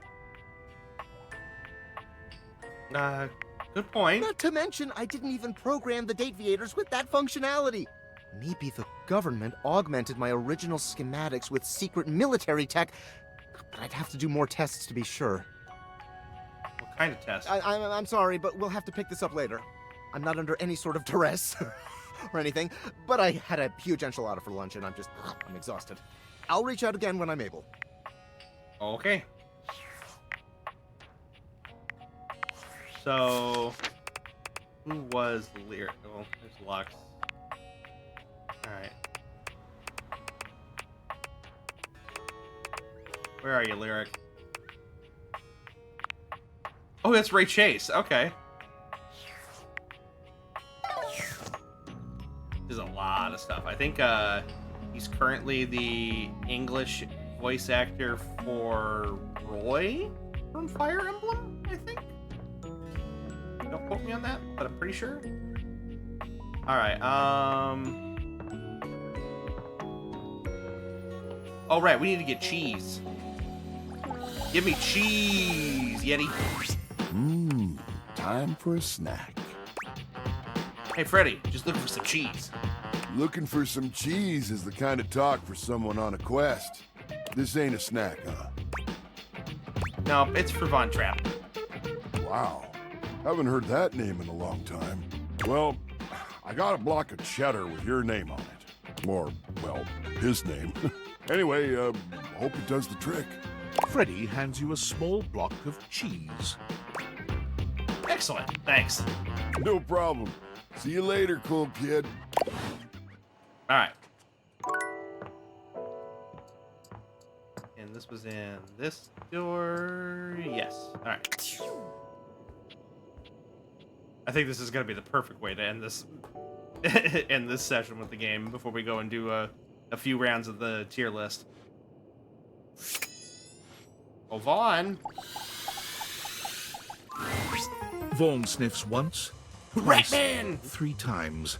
Each sniff bigger than the last. His nostrils flare cartoonishly. What is this my nostrils detect? Oh, you brought it! Oh god, I wish I had enough sass. Yep, here you go.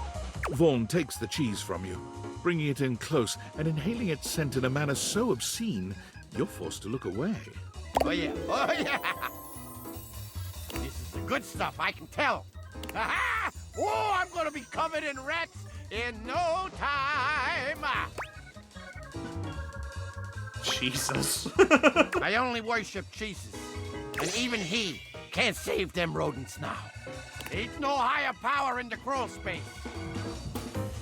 That's Data. Yeah, is that fucking Data? It's Data fucking Slayer. I was having the exact same fucking reaction when we first interacted with him. So I was like, it's fucking Master Shake.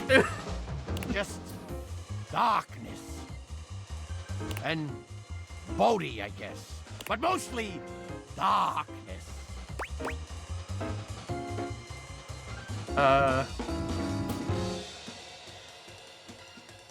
Is the lack of light down here bothering you? Saying I'm afraid of the dark? You don't know darkness like I do, buddy, okay? You ain't seen the things that come out of the infinite void after you stare into it too long. You ain't seen the things that I have seen. Now, you gonna leave me alone so I can do my job?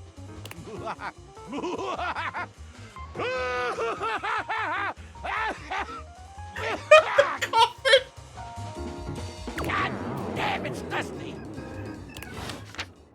Oh God, I love him. I love him so much. I love him in the sense that like I love the character. Want nothing to do with this man romantically, but oh my God, is he so fucking funny?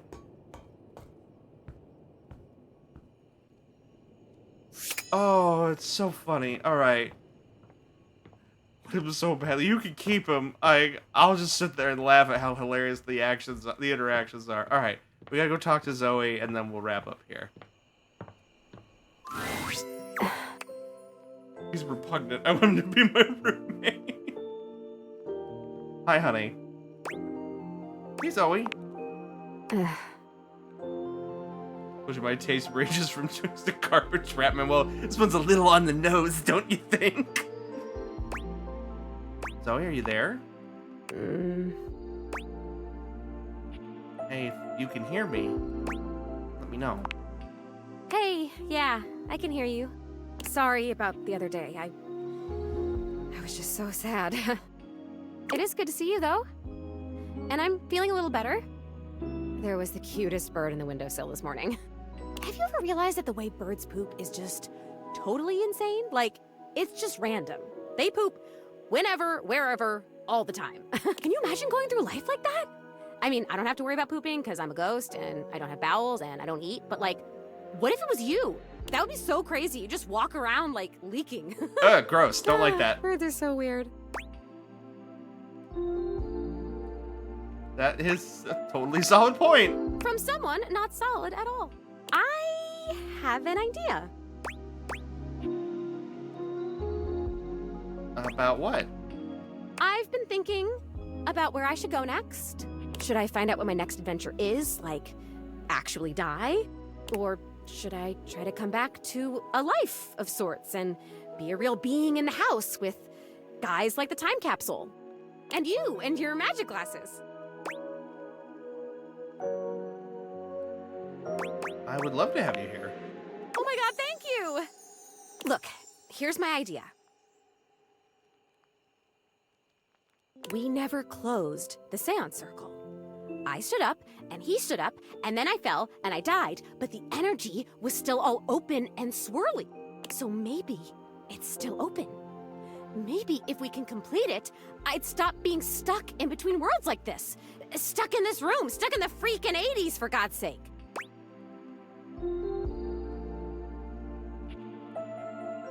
We can get back into that open energy. You might be able to make it here fully. This is amazing! Okay, we're gonna need a lot of stuff. Well, not a lot of stuff, like a moderate amount of stuff. Mostly what we need is unstable energy. It sounds weird, but I think if we get enough of these objects here, whose existences span the distance between object and idea, it could work. Not cabinets, tables, or toilets, but like weirder stuff. Like me. We have to gather them together, and they all have to be on board with what we're doing. Like, we have to all be on the same page, singing the same song kind of thing. And it should work. This is...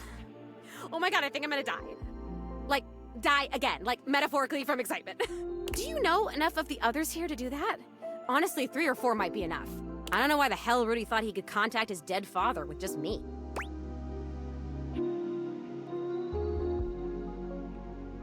I'll go looking. I might have to find some new peeps, but I'll figure it out. Oh my God, this is amazing. I will be right here. I'll be waiting right in this exact spot, okay? Thank you! Thank you, thank you, thank you, thank you, thank you, thank you, thank you! Okay, I really like her a lot. She's growing on me too, like, in a way, because she's just so pure. Like, don't get me wrong, Betty is wife, but Zoe's a sweetheart. Alright, let's save our game here.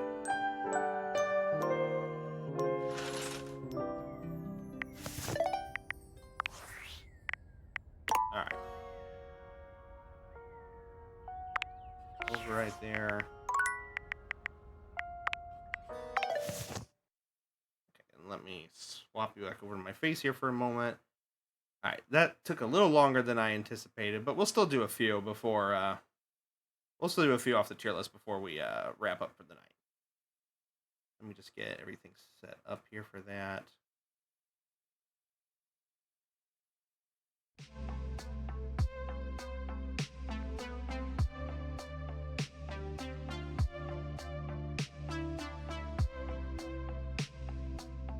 Alrighty.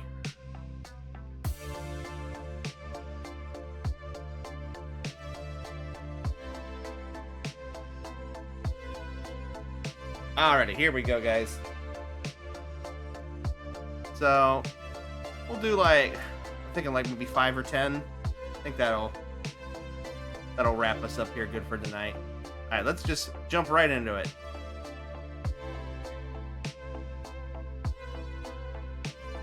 Oh, I think this is gonna be one of mine. 91.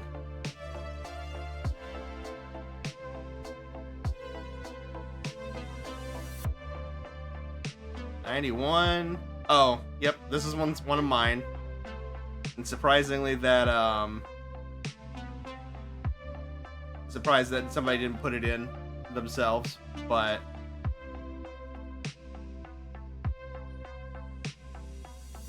starting off strong with Apollo from Hades 2. Spin that wheel! So yeah, Apollo checks a lot of boxes for that. Yeah, oh no, he's hot. He is. He checks a lot of boxes for me. Like, he is one of the body types I like. Like, you know, I love, like, you know, I use it jokingly. But like, I like the, you know, the younger athletic body, you know, like people will call it twink. Like, that's not, I don't always like using that, other than, you know, being very casual and joking, because I don't think it's great to call people that, like, even a fictional character. But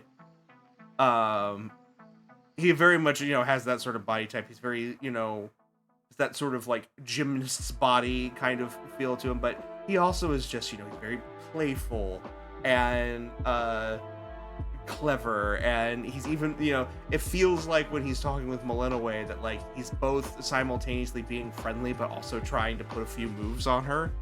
And I love that little bit of playfulness in there, where it's not quite as, like, outwardly salacious, like, kind of like Dionysus is, where Dionysus is just like, you know, like, yeah, man, we're just doing everything and anything in here, you know. It's just like, he's clearly trying to, you know, pull a little will they won't they kind of thing with it. I like that a lot. But then the question becomes, where do we put him? I think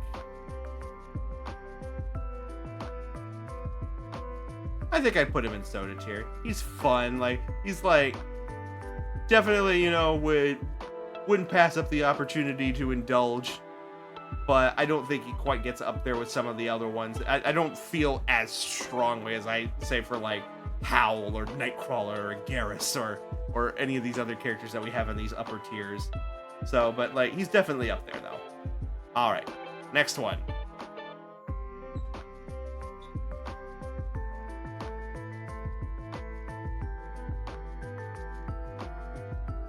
$83? That might be me too? Yep. Another one of mine.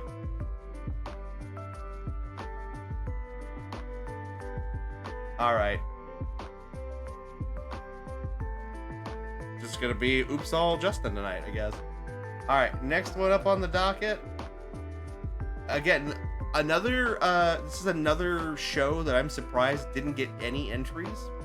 Honestly, well, it's one of two, like, sister shows, but it's Millie from Hell of a Boss. And it honestly, it boils down to two things, is that, like, she both has, I am a sucker for, like, a Southern Belle. I'm not going to lie. Like, characters that have that Southern drawl and call me sugar, just like just good. It's good. But she's also just one of those characters. She's a powerful female character. She's, you know, she's intense and chaotic in all the best ways. Like, yes, is she an imp that, you know, kills people? Yes, but she also loves her husband. And she's dedicated. She's, you know, she's just good. She's just really good. And I don't know. There's a non-zero chance that, you know, her and her husband might be looking for a third, you know. You never know.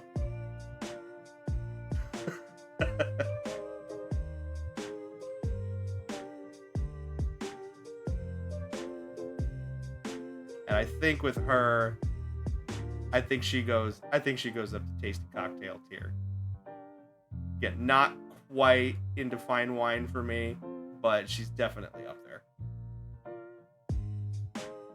All right, next one.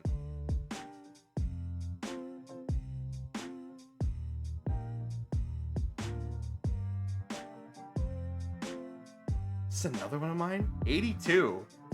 We're getting there. Yep, this is another one of mine. This is another slightly embarrassing one.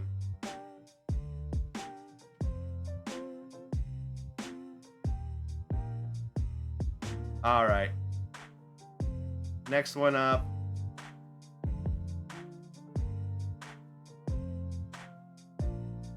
It's Rosalina. It's Princess Rosalina. From being a young preteen playing the first Mario Galaxy game all the way up to it, I've just always found her to be really pretty. Like, she's just cute. Like, I think she, like, out of like all of like the like Mario like the Mario ladies, like being Peach, Daisy, Rosalina, and I guess now Pauline, I just think she's the cutest out of the bunch. Like, I also am a big sucker for like the hair covering, you know, one of the eyes. I love that design trope and everything like that. But I also love like the maternal instinct that she has. Like, you know, she's just, you know, her backstory is both wonderful and tragic. Emo lover, shut up, Cellar Dweller. But no, I just, like I said, she's just she's very affectionate and appealing in a very wholesome way. And I appreciate her for that. And I see people love drawing her too. Like, there is so much beautiful, like, ethereal fan art of Rosalina, like, making her into this, like, literal space goddess. And I'm absolutely here for it. Like, when, spoilers for it, I guess, but when they did the Mario and Rabbids Sparks of Hope, and it was revealed that like Rosalina was like directly involved in like a major way, I thought that was so cool, and I was so excited for it, because they hadn't really done anything with her character other than having her be in multiplayer stuff. Like, the closest, other than Mario Galaxy 1 and 2, I hear a very specific hesitation after there is so much. There's plenty of that art too, Cellar Dweller, but there's plenty of that art for probably every single character on this list, barring maybe like a handful of exceptions.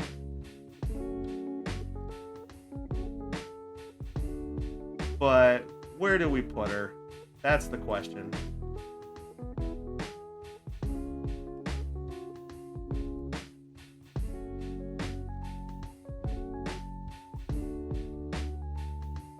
Let's see. I think,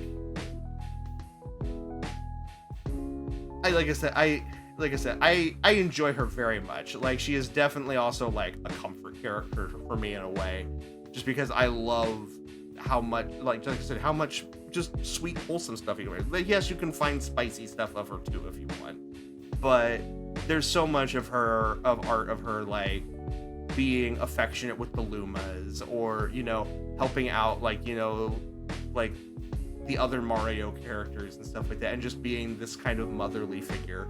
And I really do appreciate that, because it's a character type that you really don't see in Nintendo stuff very often. Other than, like, you know, really mean, you do see it, but you don't see it in this way. And like I said, it's hard for me to describe. Probably because I'm starting to run on empty here. I'm getting a little tired, but I want to get a few more of these in here. So I think we'll put her in freshly squeezed juice. I think that's like, she's super wholesome, super cute, and I love her for that. But I think that's where she stays safely for right now. So we'll put her in there, and let's do a few more.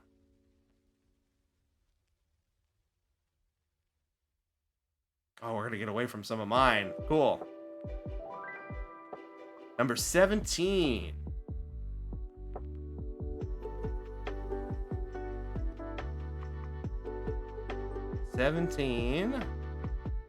Is one of Cheem's, and one I think you've been excited for, Cheem.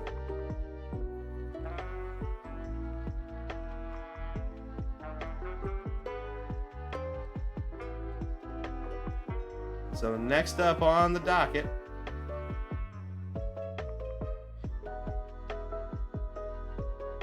I knew this was going to happen at some point. It's the architect from Dragon Age. So I have to ask, because I can see some things about why this character would be attractive. What I want to know, Cheem, is what about this character appeals to you? What are some, like, give me like a top 3 if you have that. Or if it, if it's just one core desire or something like that, let me know what it is.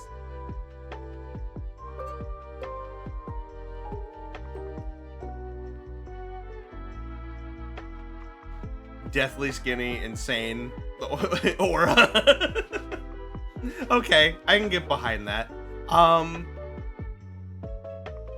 Basically my partner. Hey, to each their own. Nothing wrong with the no, I'm kidding. No, if that's the case, I can totally understand why. For me, the architect is a super cool character. Like, I wish when we were playing Dragon Age Origins, or I guess he's technically in the Awakening DLC, I wish we would have gotten more interaction with them. I wish we would have gotten to really delve more into this character and see more about them and what drives them and stuff like that. They were very interesting, and they were very imposing. They have a very unique silhouette. They're very, like they stand way above everybody else. And they clearly are, in a completely different league when it comes to like the other Darkspawn. And I can definitely appreciate that.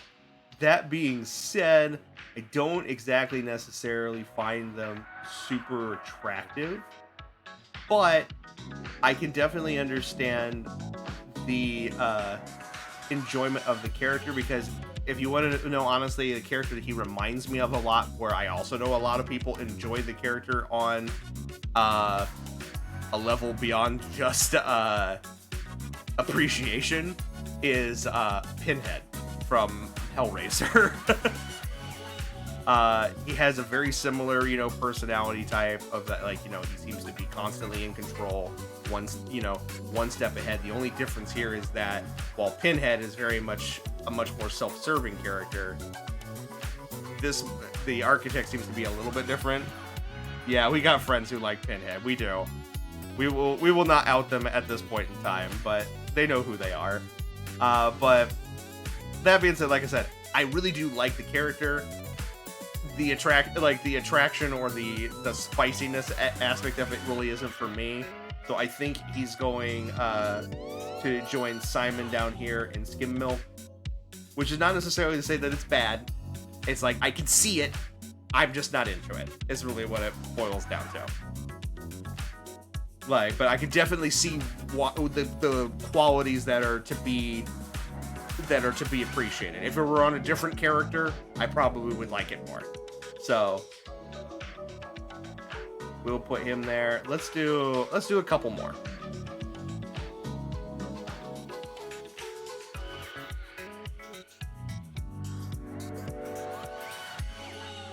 I think we might be right back in 80. I don't know if that's back in mine again or not. Let's see.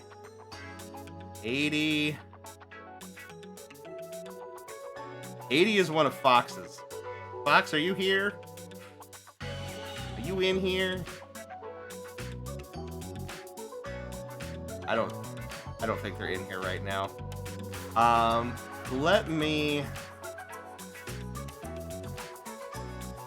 go ahead and pull the photo up here.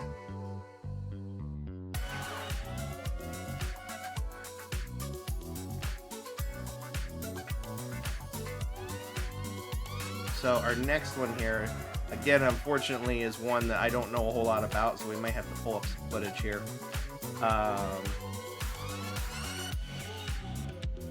This is, what is this? This is Tenant, also from Reverse 1999. So I may have to pull up a clip here real quick. Like, off a surface level alone, super cool. Definitely giving me some mobster vibes, which I do appreciate.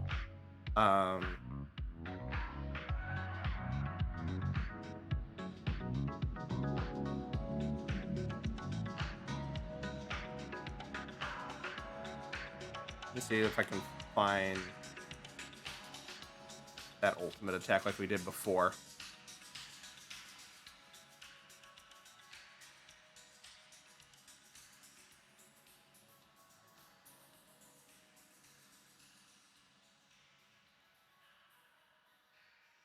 Okay. Actually, hold on. I'm going to take this off the screen here real quick because I don't want to get flagged for the ad. Okay. There we go. All right. Take a quick peek here. See if I can get a dig at what they're here. What their whole thing's about.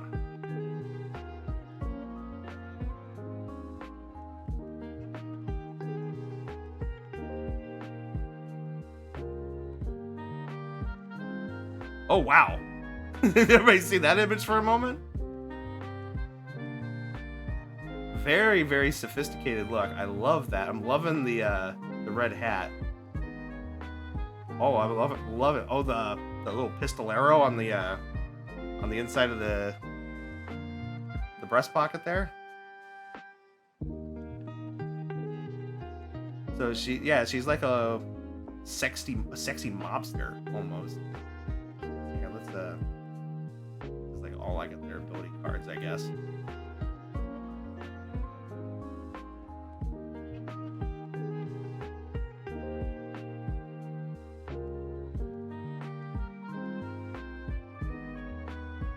She's very posh. I know I don't think you guys can hear this right now, unfortunately. I don't think I have the audio, so she has a very posh, like, British voice.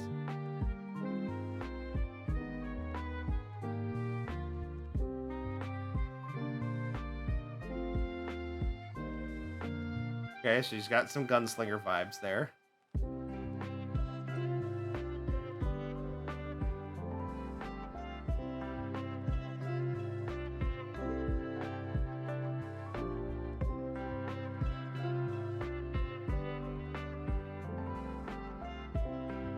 Okay.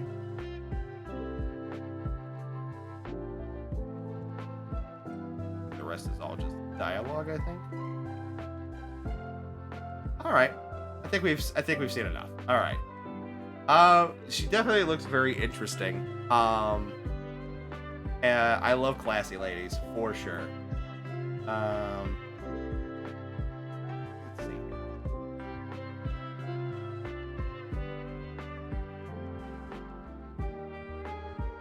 Let's see. Honestly, where do we put? Let's see. We put the other one in what, soda tier? Honestly, like I said, the designs I think are what are bumping these ones up for me enough, because I love the designs enough that they get some bonus points a little bit, to be quite honest.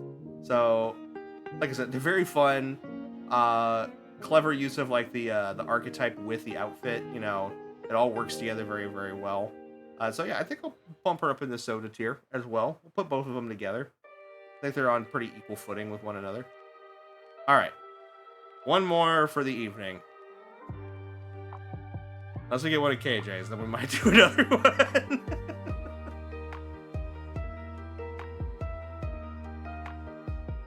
Number 14.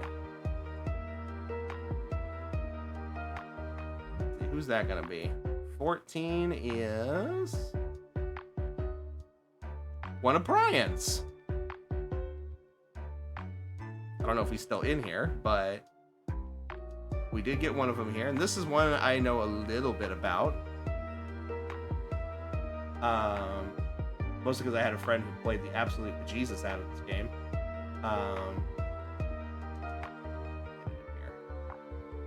It is Cassandra from Assassin's Creed Odyssey, which honestly I think is probably one of the best Assassin's Creed games that they've ever made. I've only ever actually played a little bit of it myself, but I've watched, like I said, I watched one of my friends play it religiously. And I think it's honestly one of the best female characters that they've ever made. Because she's both very imposing, but also very gentle and tender when she wants to be. But like she's still very capable, both as a person as well as a warrior. And she's gorgeous to boot, like a literal big woman, which is something that is very much a thing for me. So I think with that, I don't really need to go much farther than that, really, do I? But let's see here. We'll put her. Oh god, that is so tiny, but we'll just have to make do with it. I think we'll put her. I think we'll also put her in soda tier with the other ones as well. Like I said, she's fun. Like I need to play more of the Assassin's Creed games because like I love the whole lore of the Assassin's Creed games. I have not really invested myself into anything beyond I think the first 2 games, but I really want to change that at some point. And I think maybe I'll garner a better appreciation when I understand more of the story and whatnot. But yeah, I think that's where we'll call it tonight. Sorry we didn't do nearly as much as I would have liked to, and I want to do more, but I need a break. So I think we're gonna call it there. Let me just go ahead and make sure this gets saved. Let's see here. How many more we got left? Oh, we still got like probably a good few dozen left. Get into Odyssey, you won't regret it. I'll do my best, madam. It's like, that's another one of those franchises that I would love to play, like the whole franchise on stream at some point, even the bad ones, because I want to give my full take on everything. It has been a long Monday, Cheem, and I appreciate your understanding on that. But that's going to be it from me. I will be back tomorrow evening for our last stream of the week. Like I said, unfortunately, we're only doing 2 this week because I have to get ready for my trip to San Antonio for San Japan. So I am very excited about that. Gonna get to meet a lot of people who I've been collaborating with, as well as some of the members of the community here. Y'all are amazing, and I'm super excited to see you. And for some of you, meet you for the very first time. So I'm very much looking forward to that. But I still got to pack and get everything up and get the house cleaned up so it's not a mess when I leave and when I come back. So I'm going to need at least a little bit of time to take care of that. So I hope you'll understand with me. But we'll be back tomorrow for some Hades 2, starting a little bit late because of work. So we'll be starting at 8 p.m. Central Time instead of 7. So just a little bit later, but we'll still try to go for a full stream session if we can help it. Let me, before we say goodbye and part ways for this evening, I'll see if there's somebody we can bring it out to. And let me go ahead and change into our closing music here.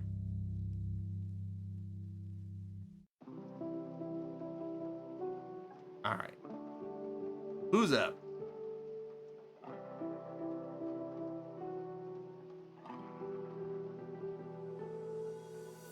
Oh, okay. So she's still playing. All right. So for you horror fans, as well as for you more mature game-related fans here, I am going to send you Lily Bun's way tonight. She is playing Mouthwashing.